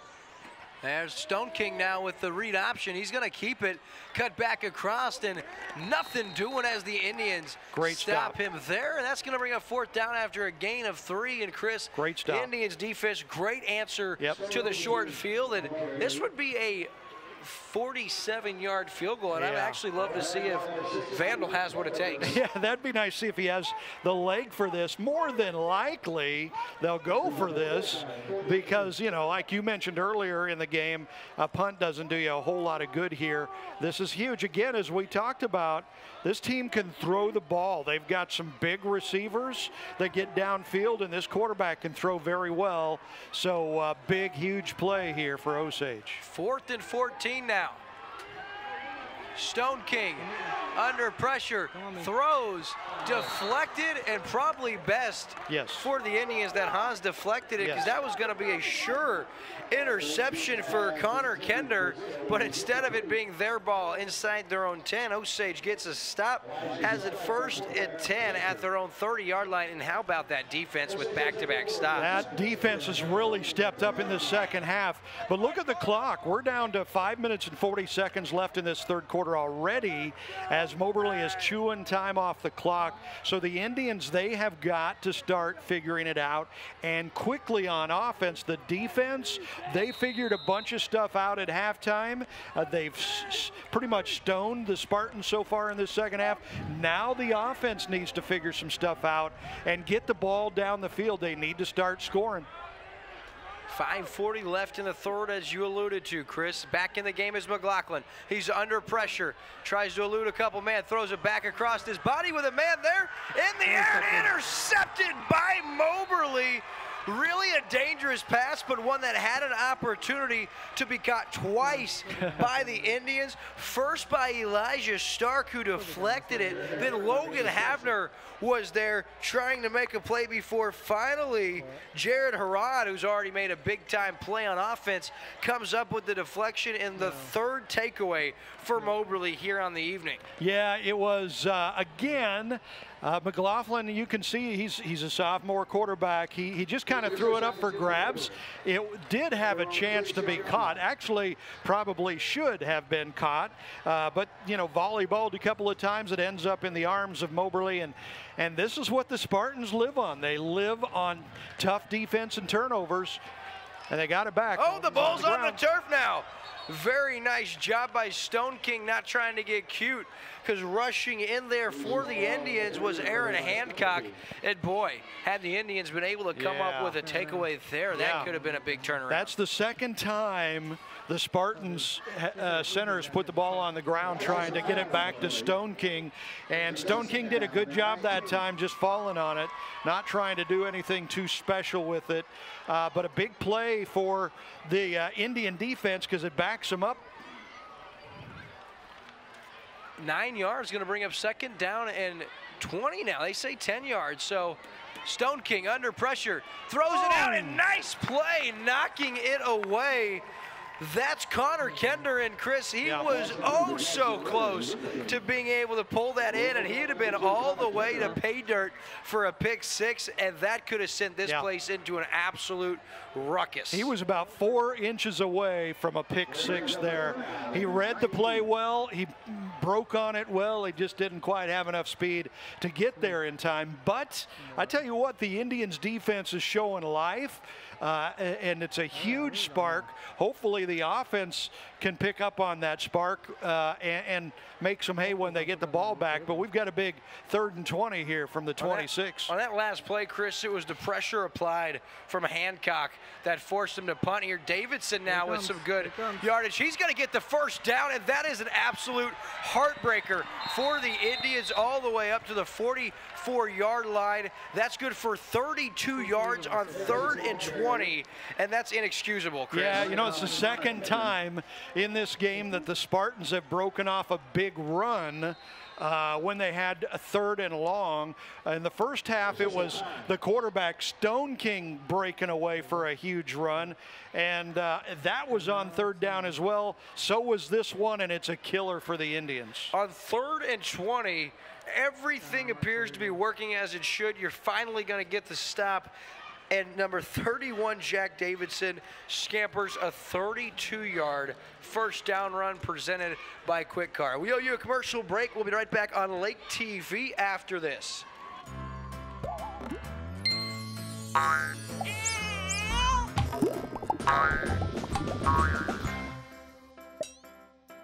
This is your Lake Area State Farm agent, Marcus Sikora, and I would love to be the one you trust for your insurance needs.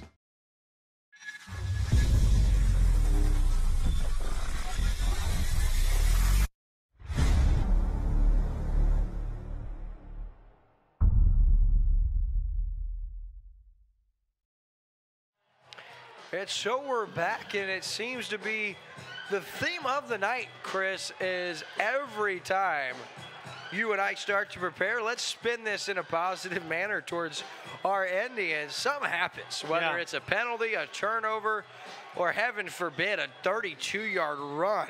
On 3rd and 20. Right. Yeah. Well, you know, it's a game of inches. They say that, and it's true. The play before that, the Indians were 4 inches away from a pick six, and now the Spartans are in control. Here's Vandal now. Nice lead blocking from Davidson, and Vandal, great vision as Hans up-ins him, but not until he's up to about the 36-yard line with a 7.5-yard gain. And Vandal's as good as advertised, Chris. Yeah, he is. He was our spotlight player of the game on the pregame show, and for good reason. He scored 4 touchdowns last week. He's already got, 2 more tonight, and he shows you why he is a special player with that run there, and he's just a junior.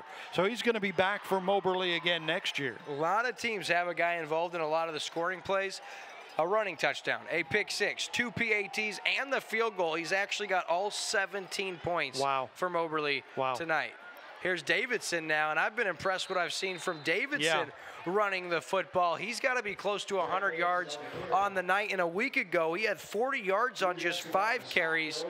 And this Moberly team, I'll tell you, they got some athletes.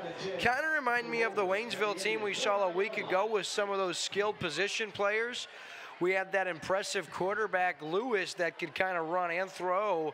Kind of reminds me a little bit of Stone King, although, to be honest, Stone King seems to be a little more sharp. Yeah, he does. He's a little better passer, I think, but I think he's also got some better, bigger receivers to throw to, and they're giving him some good targets. Here's Vandal now trying to get outside. Tripped up from Hutchcrafter. He may have scored, but he's down to the 23-yard line. Another 6-yard gain. And if you're Moberly, all you got to do for Coach Cody McDowell's team, you just want to keep moving the chains, keep the clock moving, and keep this Osage defense on the field. And if you're able to do that, there's no way Osage gets back in this game. Yeah, it's they're doing exactly what they want to do. That first down picked up 6 yards. You got 2nd and 4. They're keeping it on the ground. They're keeping that clock running, which is exactly what they want to do. At this stage of the game, that's their main thing, is just to keep the clock running. Low snap. Stone King handles it across his body. Errant throw behind his would-be receiver. Falls incomplete. Going to bring up 3rd and 5. He was looking for Jackson Miller, the junior, once again, and Miller's had a pretty good night so far as well, Chris. It cracks me up because I just say the main thing they need to do is keep the clock running. They throw the ball incomplete, stop the clock. So, that whenever they stop the clock right now, it gives a little bit of life to the Indians. I mean, they're only down by 17. That's, 2 touchdowns and a field goal. You can score that pretty quickly if you get the breaks, if you get the chance. But right now, again, a big 3rd down for the Spartans. Defense needs a stop. Handoff in the backfield, and the Indians defense get the stop they needed. That is the first carry of the night for Devin DeWolf, the junior, and he actually had quite a few carries a week ago. DeWolf had 4 carries a week ago. This is first of the night. He lost some ground, so lost 1 yard officially. So it's 4th and 5. Do you go for it? Do you go for the field goal? What good does a field goal do for you right now? Well, it's 3 scores regardless. A field goal would make it force the Indians to score 3 touchdowns. Yep. But you don't do anything by punting the football here. Yeah, they're going for it. And I think I agree with that call. Yeah, as successful as they've been tonight, they got to feel good about it. Oh, what a job by the quarterback, Stone King. Nice job by the defense staying home, and great job on the edge by the Indians. Elijah Stark made that play because he stayed in the middle of no man's land. Between the quarterback, between where he was going to pitch, forced Stone King to pitch the ball. And Chris, you mentioned it's only a 17-point game. The way Moberly has manhandled them on the field, that being the Indians, it seems like the game's been out of reach all night. Well, guess what? 1 score here for the Indians. It is a ball game. I mean, the defense has done its job. They gave up the big 3rd down run, which hurt because it, cost them a lot of time on the clock. But they didn't break. They stopped them. They get the ball back on the 22-yard line. And now, again, we've said it several times, the Indians' offense has got to figure it out because they're running out of time now. They need to start moving the ball. Play clock down to 1. They just get it off. It's Jack Dooley with the first down carry. I see a flag presented by Ozark Homes. Wait while they mark that one off. Yeah, it's and you brought it up earlier. Can the Indians come back by running the ball, by just having their usual offense? And with the clock running the way it is now, you're getting close to the 4th quarter. The answer to that question is probably no. They probably need to start putting the ball in the air and being able to move it in bigger chunks, and this penalty, bringing it back, is not going to make that any easier at all. Yeah, and I mean, once you get it to about the 8-9 minute mark of the 4th quarter, you're going to have no option but to bring in McLaughlin and start airing it out. I think what Coach Johnson's strategy is here, hey, what if we could get 1 solid drive, maybe wear down the defense a little bit, and then we put our foot on the gas pedal, but you may run out of time for that strategy. Yeah. Edwards now in the flat, has Dooley, and he is nailed by Vandal on 1st and 17. A 1-yard loss, and Dooley hauls it in, but Vandal, man of the hour, takes him down, going to bring up 2nd down and long. Vandal is a special young player, just a junior, and he put a nice hit on that play, but he was very under control. He didn't try to go for, an interception. He just played the ball well. There's James Hutchcraft, lowers his head. He has good yardage. We're going to give him about 8 yards up to the 23-yard line.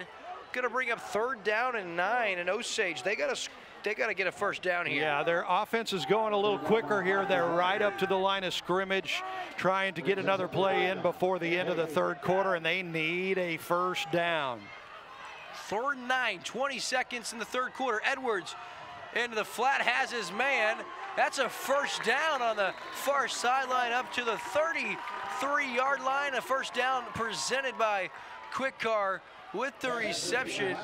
That's Lassiter with the catch. The senior Michael Lassiter, first time we've called his name. Really nice job hauling it in, finding the sticks and getting out of bounds. So the Indians here starting to sense their urgency. 15 seconds left in the third quarter. Shotgun, trip wide receivers, bottom of your screen. Hutchcraft remains your lone backfield member. Edwards now under pressure, throws to the sideline. Nice job throwing it out. Did have an intended receiver by the far sideline. I do see a flag. Could be holding once again. If this is a hold, I mean, you're just going to have to scratch your Now this one's a little further down the field, so it might have something to do with the receivers, though. That's a holding. You're right. You saw it. Going to bring it back. They got a hold and an ineligible man downfield, so you were also right, Chris. They had 2 flags. Either one, I believe, is a 10-yard penalty, so take your pick. Yeah. So with 8 seconds to go in the third quarter, this is going to back the Indians up even further. The good news is they still have a first down. So, you know, they've got some downs to work with if they can start picking up some chunk plays. They need to start picking up some bigger yardage. They don't have time anymore to just rely on that run game to 3 yards in a cloud of dust is not going to do it for them in the fourth quarter. It'll be interesting to see if Coach Johnson sticks with Drew Edwards the rest of the way, or if we see the sophomore McLaughlin with another chance. So they accept the hold, 10-yard penalty, 1st and 20. With 8 seconds to go, and Osage backs against the wall here, Chris. Not a lot of things in your playbook for 1st and 20, but the rest of the way we should see the Indians with some kind of hurry-up offense. Yeah, something needs to go right for the Indians. Nothing on offense has gone really right yet. Nice protection there. Havner trying to make a play, looked to be slowed down by the defender, and we do have an injured player on the far sideline. That's Briscoe, Clayton Briscoe, the stud corner for Moberly, looks shaken up. We're going to take a commercial break. We'll be right back on Lake TV after this. Slumberland's Labor Day sale. Bargains are all over the place. Up to 70% off. Get this sectional for only $9.98 and get the ottoman free. Or this beautiful bed for just $3.98. If you've been waiting for our very best deals, this is it. Pay no interest for 4 years. Hurry in and save on your favorite things. The Labor Day sale at Slumberland. It's a good life. Hi, this is Kendall Surdike, and at Surdike Yamaha, we have been selling and serving the Ozarks for almost 50 years. We've learned during that time that our customers expect the best in their Yamahas, with same-day service and even courtesy loaner units. That is why at Surdike Yamaha, you receive 1 year of free scheduled maintenance with every new and used recreational Yamaha bought. You can have more fun with your Yamaha boats and wave runners that are assembled right here in the USA and won't have to worry about maintenance costs for the first year because it is on us.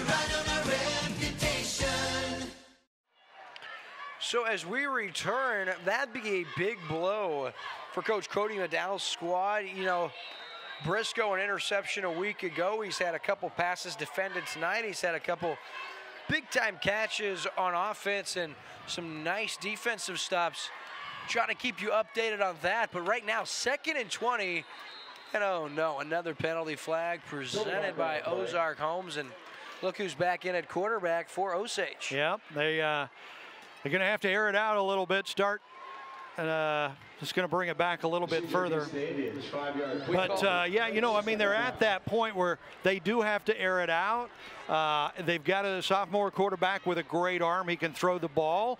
You know, I think at this point, the way McLaughlin plays, and he hasn't been mature enough to see who's open yet. He just throws to a spot. So it's going to be up to the receivers to get open in order to make this work. McLaughlin now out of the shotgun on 2nd and 25. Quick hitter. Has his man underneath. That's Matt McCubbin, who comes back. Has about 8 or 9 yards. Going to bring up 3rd down and 15. So we'll give him 10. And taking what the defense gives you, a quick little 5-yard turnaround. Absolutely. Now they're going to have to go a little further on this to get a 1st down. So that completes our 3rd quarter. My prediction officially wrong. It's just going to come a little later than I initially predicted. With 3 quarters in the book from beautiful School of the Osage, it's the Moberly Spartans 17, the Indians 0. We'll be right back on Lake TV after this. Your vehicle, it's part of who you are. It's your partner in weekday traffic and your passport to weekend fun. It's your sometimes office and your all-the-time concert hall. For all your vehicle is to you, isn't it time you did something for it too? Check out the Quick Car Monthly Unlimited Wash Club. For only $25 a month, wash your car as often as you want. You'll enjoy significant savings. Join the Wash Club today. Quick Car. Quick, easy, and professional every time. Welcome back to Lake TV's coverage of high school football, and we are set for our final quarter of play. You're still holding on to that big comeback prediction, huh? I am. I mean, you saw the defense for Osage was much more sound in that 3rd quarter, and I'm putting all of my eggs in the basket of one McLaughlin. I like this kid. He threw 2 interceptions earlier. He's got the varsity action jitters out of the way. So Brockton McLaughlin, 3rd and 14. Empty backfield now, 5 wide receiver, and looks like Osage started early. McLaughlin rushed, throws, has his man Havner, who cuts back across, and he's going to be taken down at about the 38-yard line. A little short, so do you go for the 1st down here deep in your own territory, or do you punt it away? I would go for it. I'm also what my dad calls ignorant when it comes to the way I play Madden. Okay. And that's why my coaching skills have only gotten me to the Madden sidelines. That looks like they're going for it. I mean, I would in this situation. The only thing is, if you don't get it, obviously you're in trouble. You give the game essentially to Moberly. Yeah. 4th and 5. Stepping up in the pocket, McLaughlin gets down. He's got the 1st down. I think they're going to give it to him. I don't know. It's going to be close. He slid right at the marker. Be interesting to see, and based on the reaction from the Osage faithful, they don't think he got it. I'm not sure he got a favorable spot. I don't think he got it either. And again, that is a sophomore mistake where you got, Oh, they gave him the 1st down. They got it. Wow. I tell you what. 1st down presented by Quick Car. Chris, sorry to interrupt. What's up? I think they got a break on that one. I honestly didn't feel like they gave him a really good spot. It looks like he looked to the sideline, saw where he was at, and went straight down, believing he had the 1st down. But next time he has that play, he's not going to go down. He's going to go for the 1st down. You should always dive forward in that position. But, hey, he got the 1st. That's all that matters. That's right. 1st down and 10, 10:50 to go. McLaughlin, Aaron one out, up the seam, looking for it. Intercepted by Ethan Vandal, his 2nd of the night. 3rd interception thrown by Brayton McLaughlin. And Ethan Vandal, folks, a very special specimen for these Moberly Spartans. And really, you had to take that shot right there. Yeah. It wasn't like there was wonderful coverage. Even Havner was shaken up on the play, which could have been why. But I'll tell you what, Vandal went up, made the interception, and then held on with contact going to the ground. Yeah, he did. And again, the pass was a little errant because I think he had receivers that actually he could have hit on that play. But we're talking sophomore quarterback, and that might have taken, a college kid to get that throw in there. Good call, Brendan. Now it's Davidson who's had a ball game up the middle, and he has a big chunk of yardage. Ball's out, and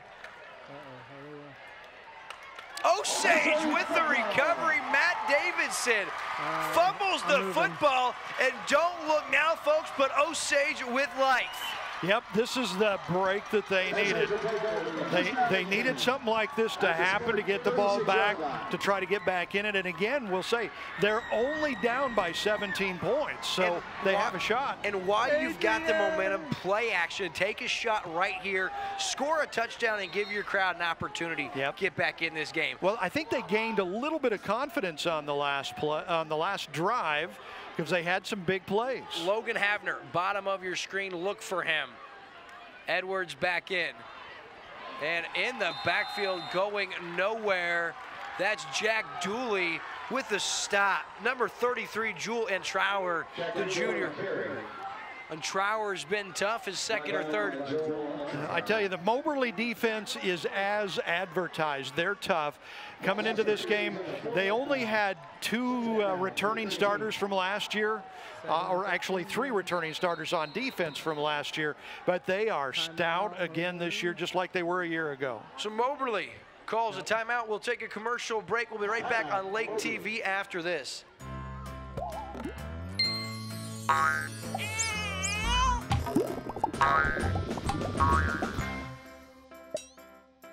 This is your Lake Area State Farm agent, Marcus Sikora, and I would love to be the one you trust for your insurance needs.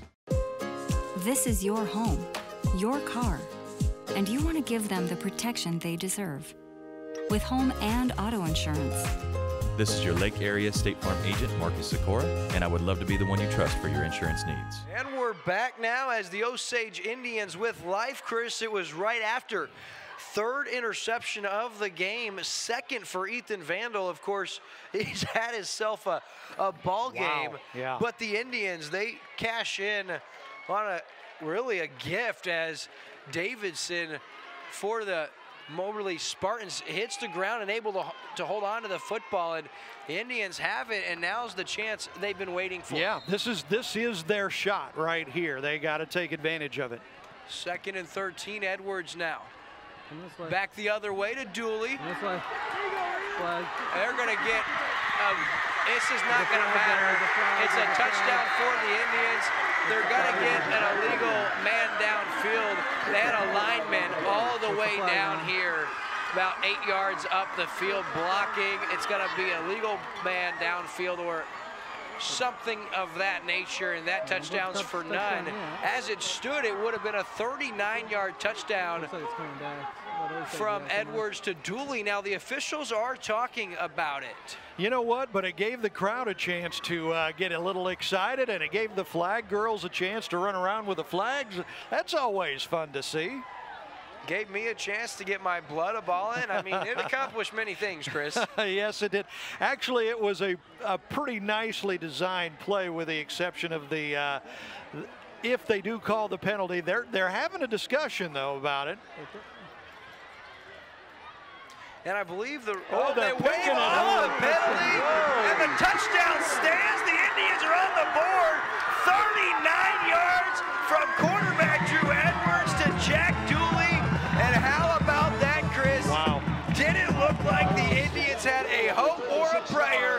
And just like that, they're within 11 points, 9:54 left in the game. And don't look now, ladies and gentlemen, but the Osage Indians are not done yet. Yeah, that was a wonderfully designed play. Nice out to the right flat, and the seas open like the Red Sea parted, and it went into the end zone. So they're back in the ball game now. The Osage Indians are alive, they're breathing, and now Moberly is going into clinch mode, because this happened to them last week and they almost lost the game.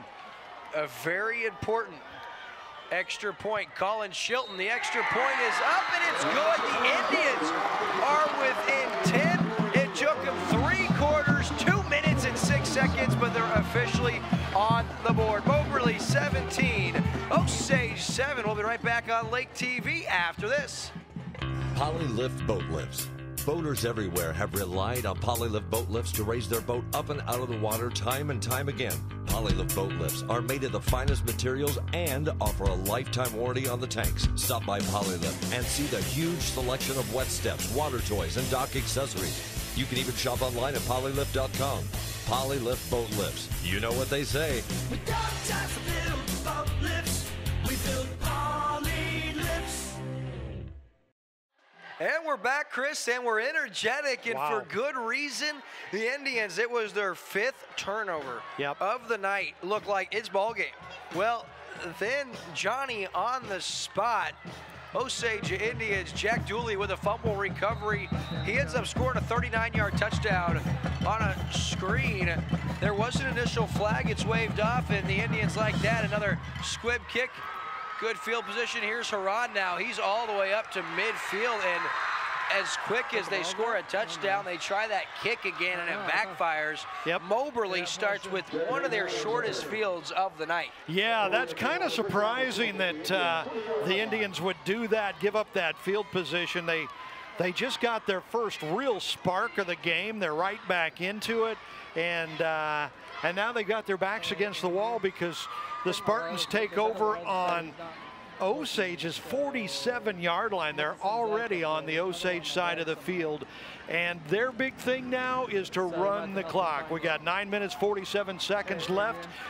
The Spartans know they're going to win it if they can run this clock down. The Indians know they need to get a turnover. Go back up to the van. First down, Davidson, who fumbled. He runs into a wall. Not much doing, about 1.5 yards. And guess who? James Hutchcraft there. And Hutchcraft credited with the fumble forced on the turnover. He's the one that pushed Davidson to the ground, so he gets credited with the fumble forced. Now a good tackle, 1 yard gain, and 2nd and 9, and start to sense the crowd gaining a little bit of energy as the Indians gain momentum, Chris. Hutchcraft is a stud. I mean, he just put a stick on that running back. This defense is giving Osage a chance. Outside pocket, inside though. Quick hitter there. It's Vandal.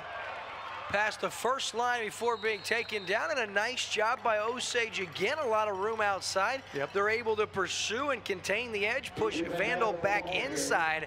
He's limited to another short gain. That's going to bring up 3rd down and 6. You know what? This whole game has come down to 3rd downs for Moberly. And the difference in the game is Moberly, when they've had these 3rd downs and about 6, or even they've had a couple of long 3rd downs, that they have converted.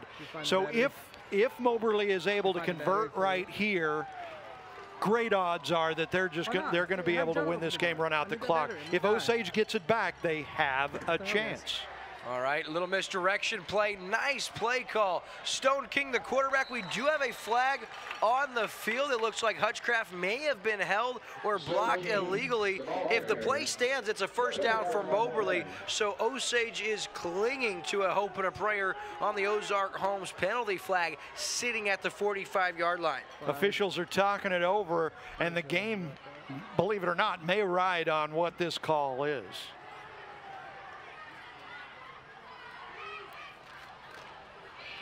Of course, Osage got the big benefit of them picking up a flag down here. It allowed the touchdown to stand. And it looks like it's going to go against Moberly. Holding against the offense. So on a 3rd and 6 that is converted, now the Indians get the break from the penalty flag. Last time they picked it up, this time they get the hold. It's going to be 3rd and 16. And this crowd's going to get loud, Chris. Well, and also this moves the ball back over the 50-yard line. It gets it out of Osage territory, back on the Spartan side of the field. And yeah, so another huge 3rd down. And I'll say the same thing I said just a minute ago. The difference in this game has been Moberly being able to pick up 1st downs on these 3rds. Osage has to be ready. 3rd and long. Taking a shot deep. Over the outstretched arms of his intended receiver. receiver. Chris, the clock stops. No yards gained. And Osage gonna get the football back on this side of 7.5 minutes. There's 8 minutes, 7 seconds left. Osage all 3 timeouts. And just like that, over the last 3 minutes of game time, this game has completely shifted. That was a good coverage downfield by the Indian secondary, not completing the long pass. Now Moberly punts. You think Osage is going to come after this punt? Well, they've got 3 guys back.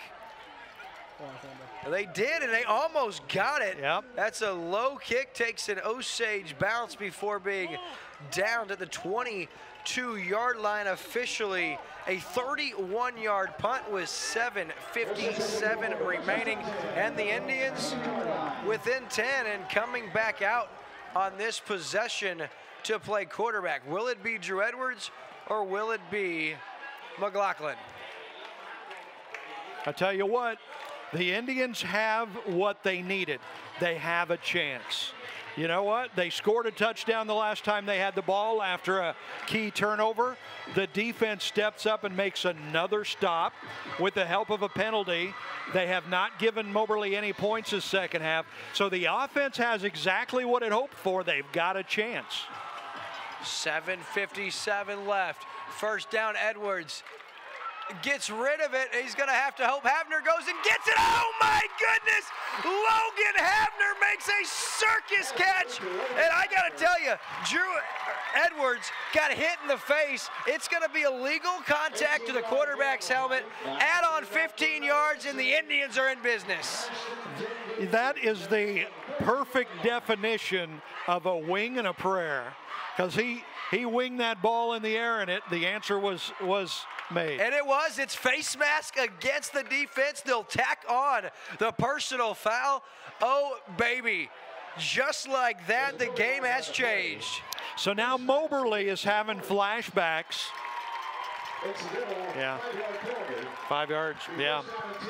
Moberly's having flashbacks of last week when they almost gave up a big lead against Smith Cotton and just barely hung on to win late in the fourth quarter. Now here come the Osage Indians.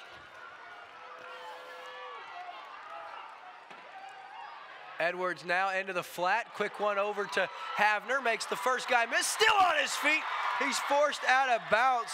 Is Logan Havner, and he takes an extra shove here, but that's good for 8 yards. And I told you, this Havner kid is special, and Havner and Edwards starting to build a little bit of a rhythm here. Again, a game of inches. He just stepped out of bounds over there by a couple of inches, and if he had stayed in bounds, he'd be celebrating in the end zone right now, and we'd have a 3-point game.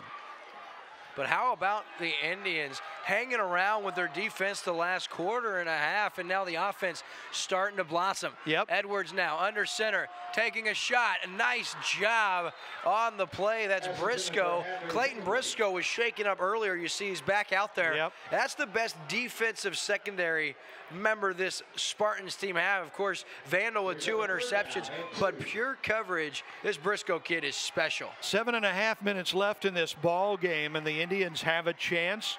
They've got a 3rd down and what about 2 here for a 1st down. They need to keep this drive going.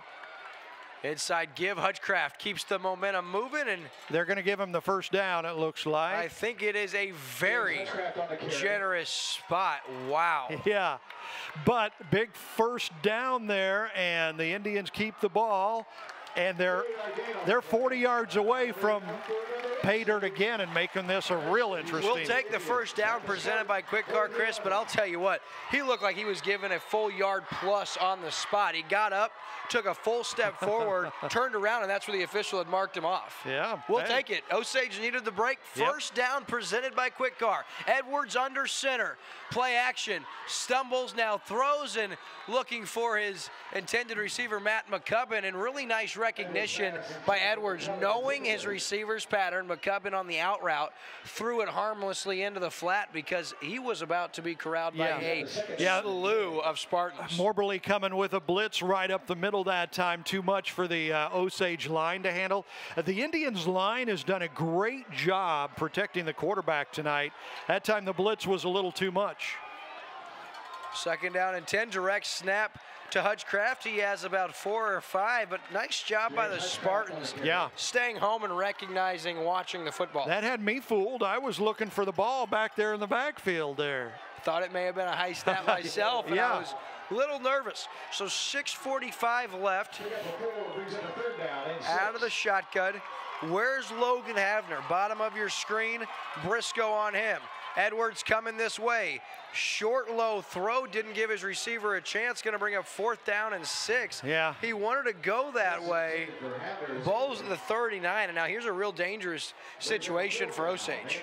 That was, he alligator armed that one. He short armed it. It looked like an open receiver there on the sideline. Would have been close to a 1st down, but he just tried to guide the ball a little too much in there instead of just throwing it. So now you've got 4th down, 6 yards to go, quite possibly the game on the line.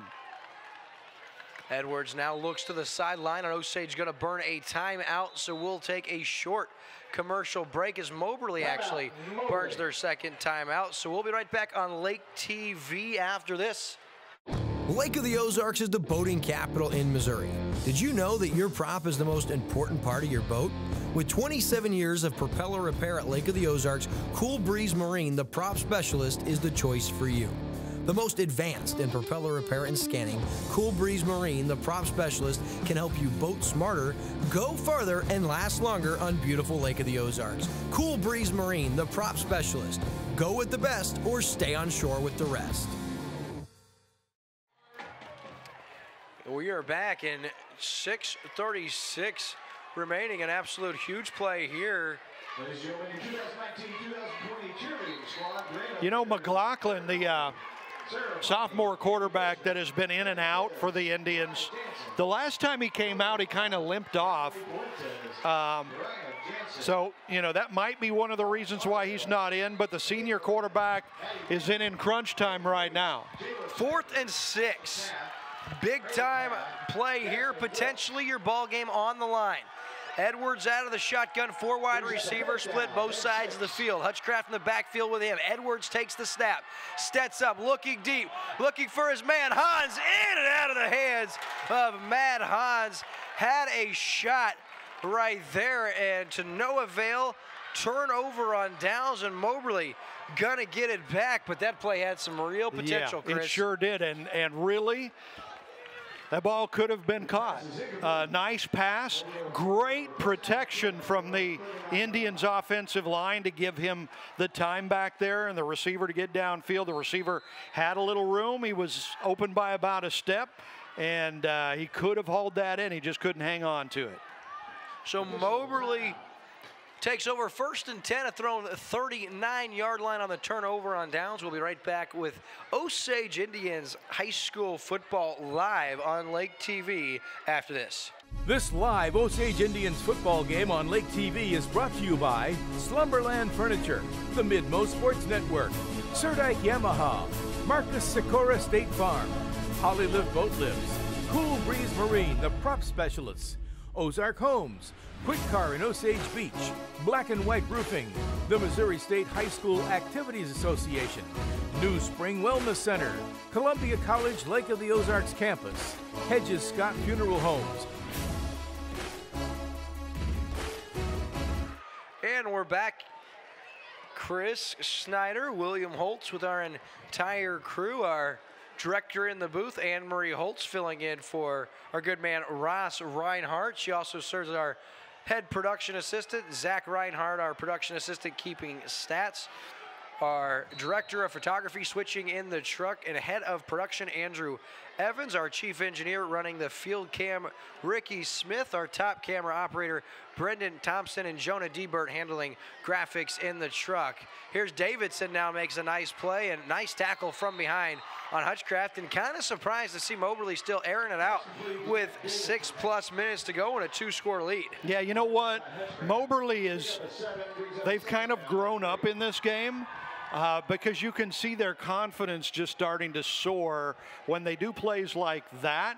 They're putting trust in the quarterback to be smart. And if there's one thing we have learned about this Moberly team tonight, is they have a really good quarterback back there.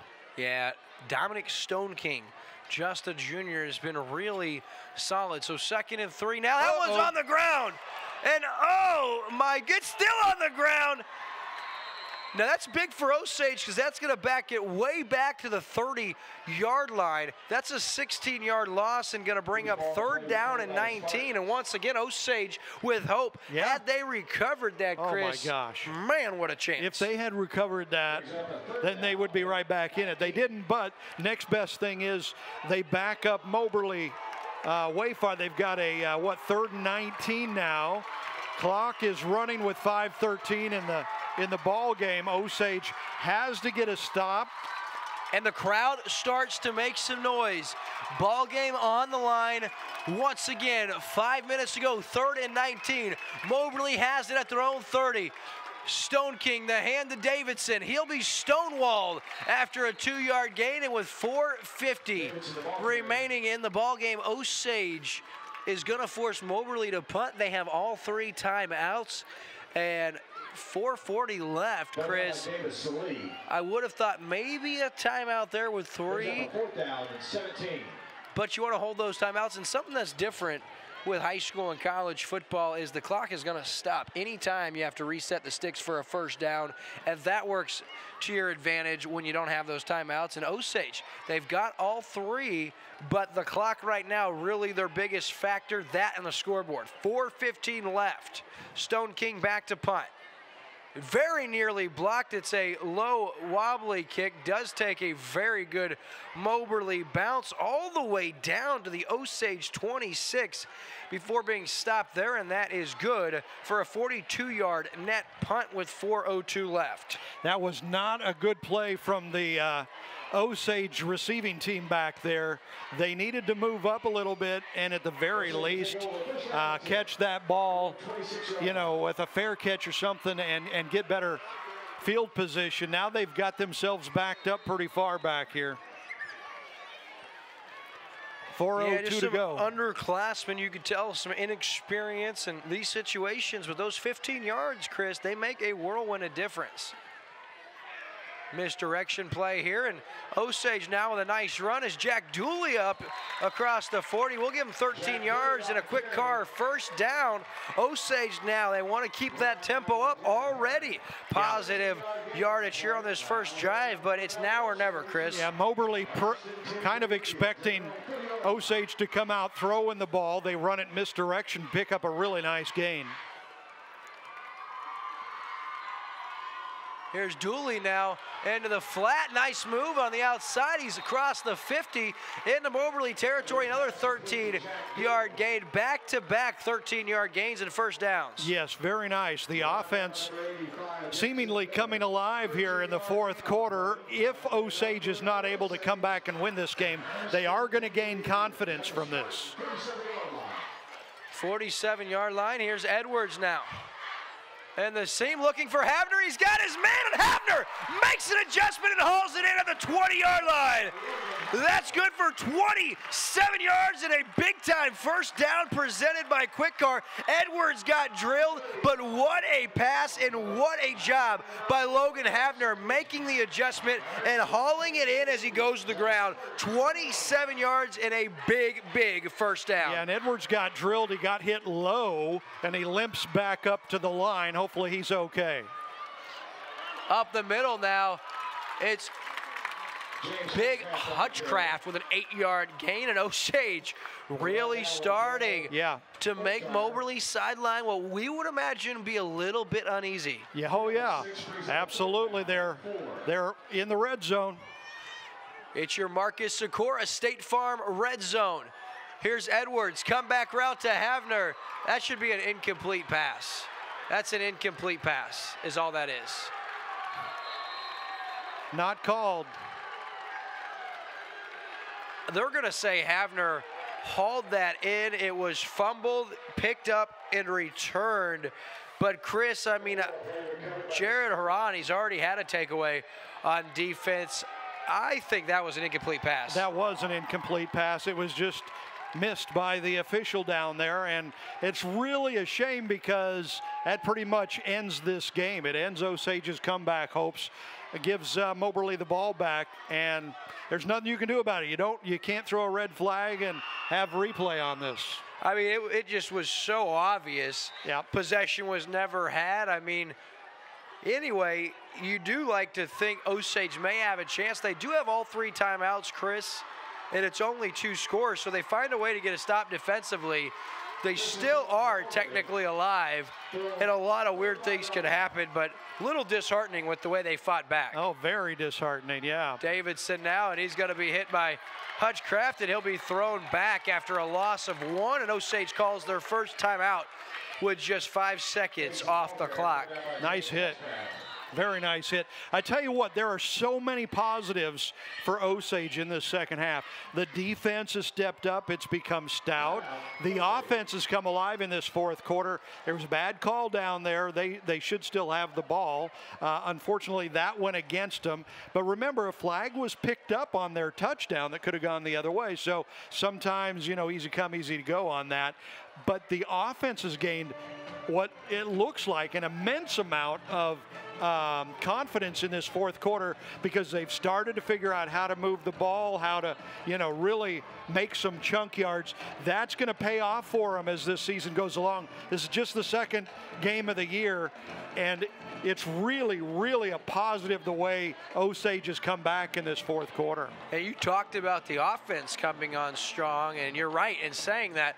But, Chris, this defense last week gave up just 6 points to a very tough Fulton team on the road, a really tough place to play. And after giving up 17 first-half points to what we believe and have seen tonight, a very potent Moberly offense, this defense has blanked them in the second really, half. The defense has only given up 10 because there was a pick 6 that they're not responsible for. Absolutely, that's a good point. So this defense technically has only given up an average of 7 points a game so far this year as Vandal, the misdirection play to the outside, and there goes Ethan Vandal up to midfield, and a flag now comes out at the tail end of that play presented by Ozark Homes. And Chris, do want to give another shout out to some of our sponsors, folks. If it weren't for the generosity of our sponsors, you wouldn't get to see live high school football each Friday night on Lake TV. So we thank very much Lumberland Furniture, Midmo Sports Network, Surdike Yamaha, Quick Car of Osage Beach, Marcus Sikora State Farm, Polylift Boat Lifts, Cool Breeze Marine. They are the prop specialists.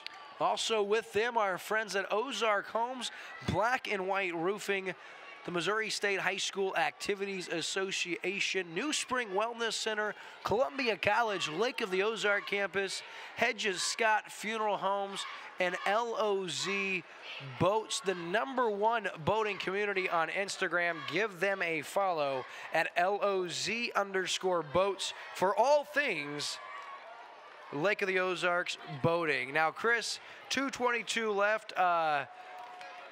2nd and 9 after was a first down on the 2nd and 9, but we have a penalty marker down. I'm not sure. Looks like an unsportsmanlike conduct on the Indians.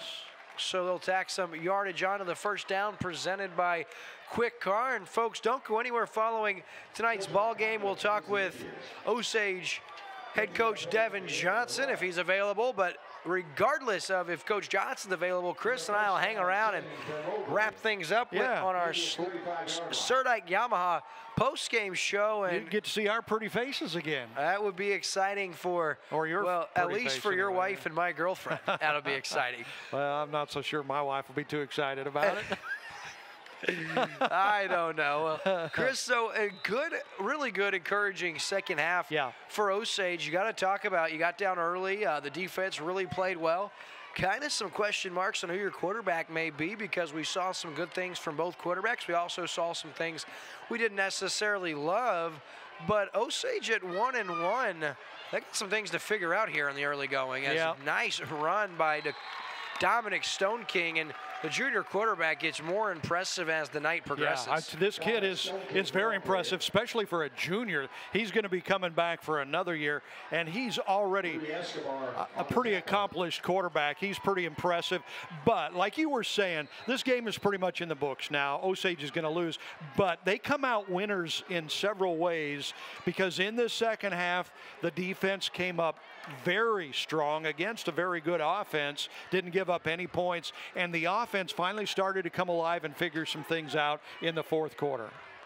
So with a minute 39, Stone King the hand to Davidson up the middle. Davidson wants to add to his impressive night, and you'll remember after a pretty good start to tonight's game, Davidson had that costly fumble, almost allowed Osage to get back into the game. And like we said, Chris, really nothing you can do as a team when what we believe was an incomplete pass that was called a fumble. It happens quick. You don't have challenges. Yep. So had you not dug yourself a hole earlier, may not have mattered. But those are things that as a team you got to be able to overcome. And because of the first half Osage had, they weren't able to overcome. But it still leaves a little bit of a sour taste in your mouth, because boy, did that defense fight, and the offense started to get their rhythm going. And I thought they were going to score down here. I tell you what, yeah, I think they would have scored if that call hadn't gone against them. But that's, that's why in the big money levels of college football and pro football, why they have replay is to take a look at those things, because they can make a difference in a game. This is high school football. It's not live and die. But I tell you what, the second half Osage has been very good on defense for sure, and on offense in the fourth quarter. And Coach Devin Johnson has got a ton of stuff he can use to build this team even stronger going into week number 3. Don't you love his ability? I mean, because the first 2.5 quarters were frustrating, but he never stepped away from his game plan. He still ran the football. He still tried to control the clock. His defense was tough. Just a few things didn't go Osage's way, but Coach Johnson, he's got some things, like you said, Chris, to build on for next week. And here's Davidson up the middle, and he's going to be down to the 5. James Hutchcraft trying to rip that football out. That would be Osage's only hope here, would be a turnover. Yeah. They, if they really kind of need a miracle at this point. They need like a turnover for a touchdown, and then get a onside kickback, and then punch it in and pull it out. The crazy thing is that has happened, more than once, but the odds are certainly against that.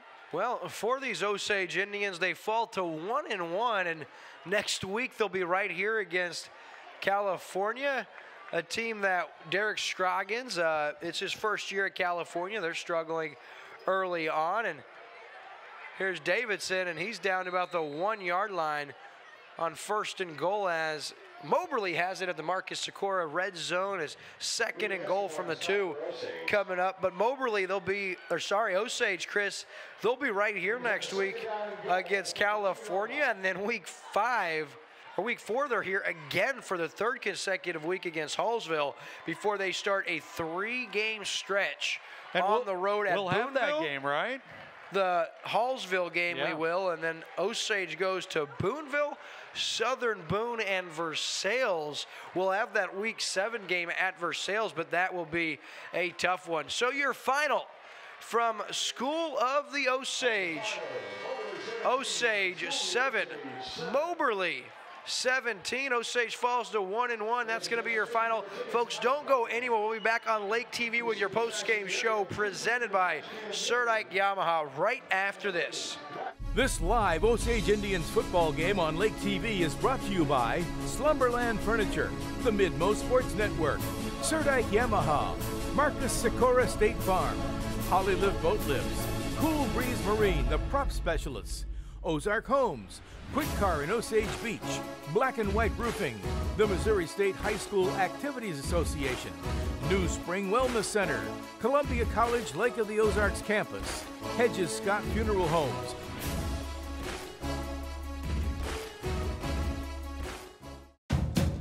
Slumberland's Labor Day sale. Bargains are all over the place. Up to 70% off. Get this sectional for only $9.98 and get the ottoman free. Or or this beautiful bed for just $398. If you've been waiting for our very best deals, this is it. Pay no interest for 4 years. Hurry in and save on your favorite things. The Labor Day sale at Slumberland. It's a good life.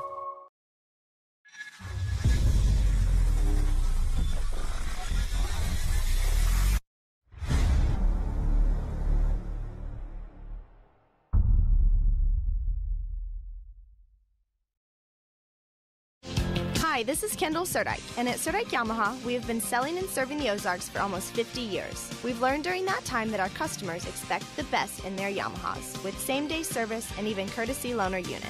That is why at Surdike Yamaha, you receive 1 year of free scheduled maintenance with every new and used recreational Yamaha bought. You can have more fun with your Yamaha boats and wave runners that are assembled right here in the USA and won't have to worry about maintenance costs for the first year because it is on us.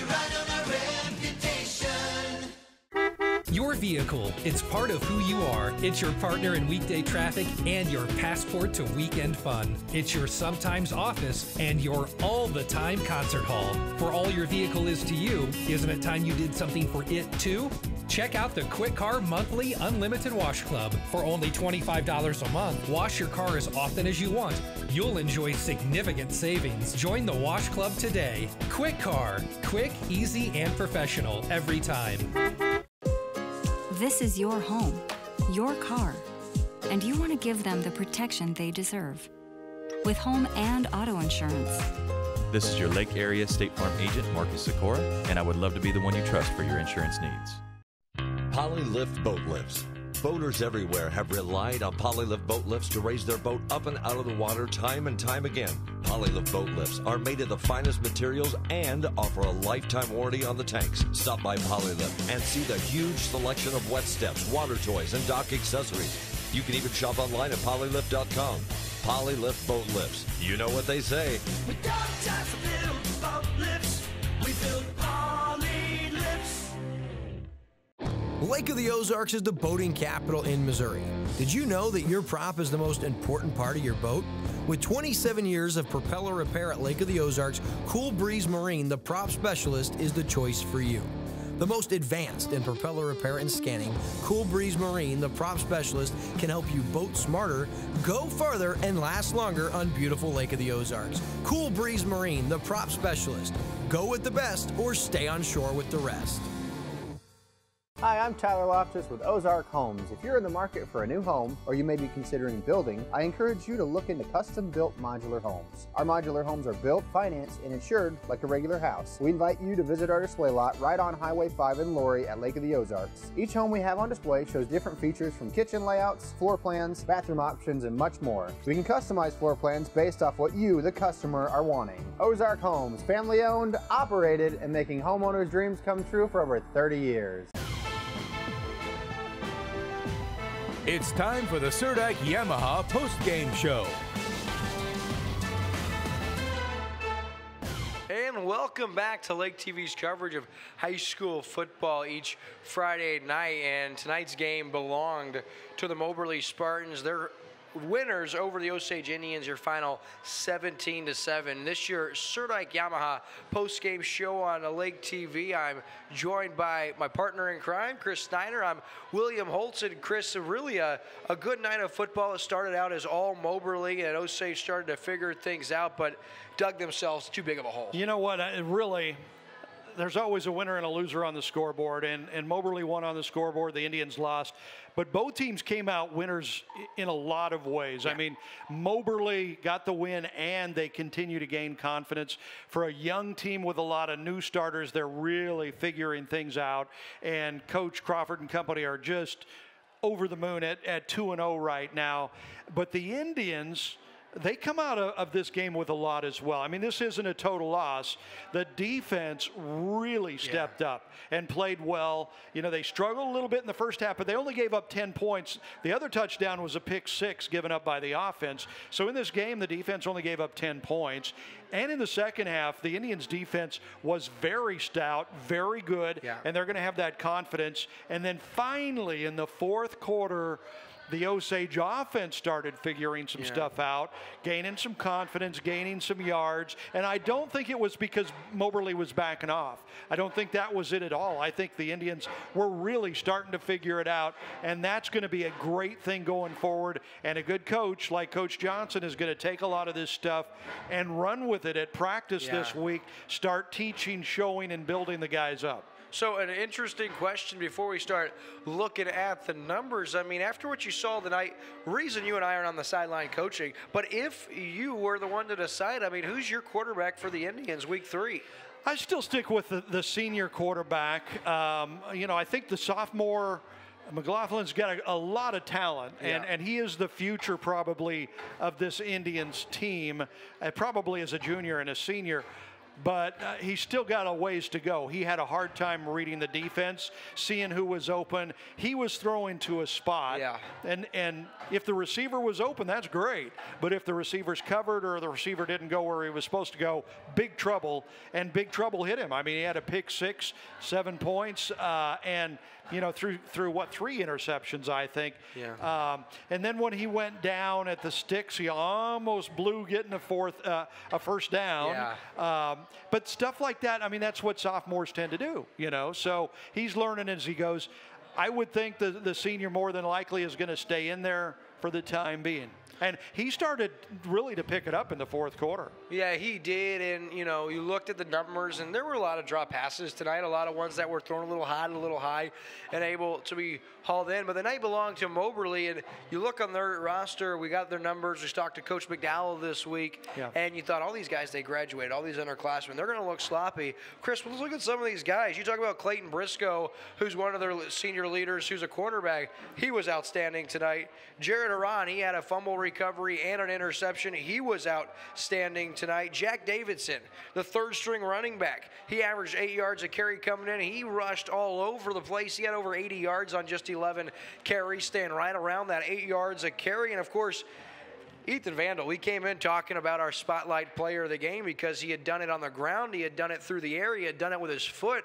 Well, tonight he added a pick 6 to the variety of ways he can score. He had 2 interceptions on the night. He had 2 pass breakups on the night. He had 6 tackles. He had a rushing touchdown, the 86-yard pick 6, a field goal, and he was 2 for 2 on our point after touchdown. So he's our player of the game tonight on their end, rightfully so. But the quarterback for this young team, you know, last week 5 for 7 was Dominic Stone King with 80 yards and 2 scores, and he also ran the ball. Well, tonight he had a really nice job running the football and throwing the football, but what was probably most impressive, he didn't turn the football over. Yeah, you know the better team tonight was Moberly. I mean, they won the game 17-7. You know, if a call had gone another way late in the game, the Indians would have probably scored and made it a much closer game, if not a comeback win. But Moberly was the better team tonight, and they got the win. If these same 2 teams meet toward the end of the season, could be a different story because Osage is learning things, gaining some things that they did late in the game tonight, and I think that's just going to make them better for the future. Very good. And Moberly, 2-0. They'll return home next week against Warrensburg. For these Osage Indians, 1-1, but they return against a team, the California Pintos, who are 0-2 on the season, and that's a Tri-County Conference matchup, and Osage has owned the Pintos under Devin Johnson, and so it'll be interesting to see that game set to kick off at 7 o'clock. Now, one other thing you want to talk about, Jack Dooley, he had the lone touchdown for the Indians tonight on a 39-yard screen pass. That was an encouraging play. Brockton McLaughlin, the sophomore, we can see that he can throw, just needs to go through his progressions and get some more varsity reps, which could come later this year, of course, in his junior campaign. But my cool is the other side of the Pello player of the game. It's going to be from a player that's on the home team, whether they win or lose every year. They're probably not going to win the player of the game, but it's going to be Will's cool as the other side of the Pello player of the game, and it's going to be Logan Havner. 7 catches, $130. He was all over the place, and none of his, maybe except for one quick out, was a play that he didn't go up, climb the ladder, and meet the ball at the point of attack. That kid's impressive. Yeah.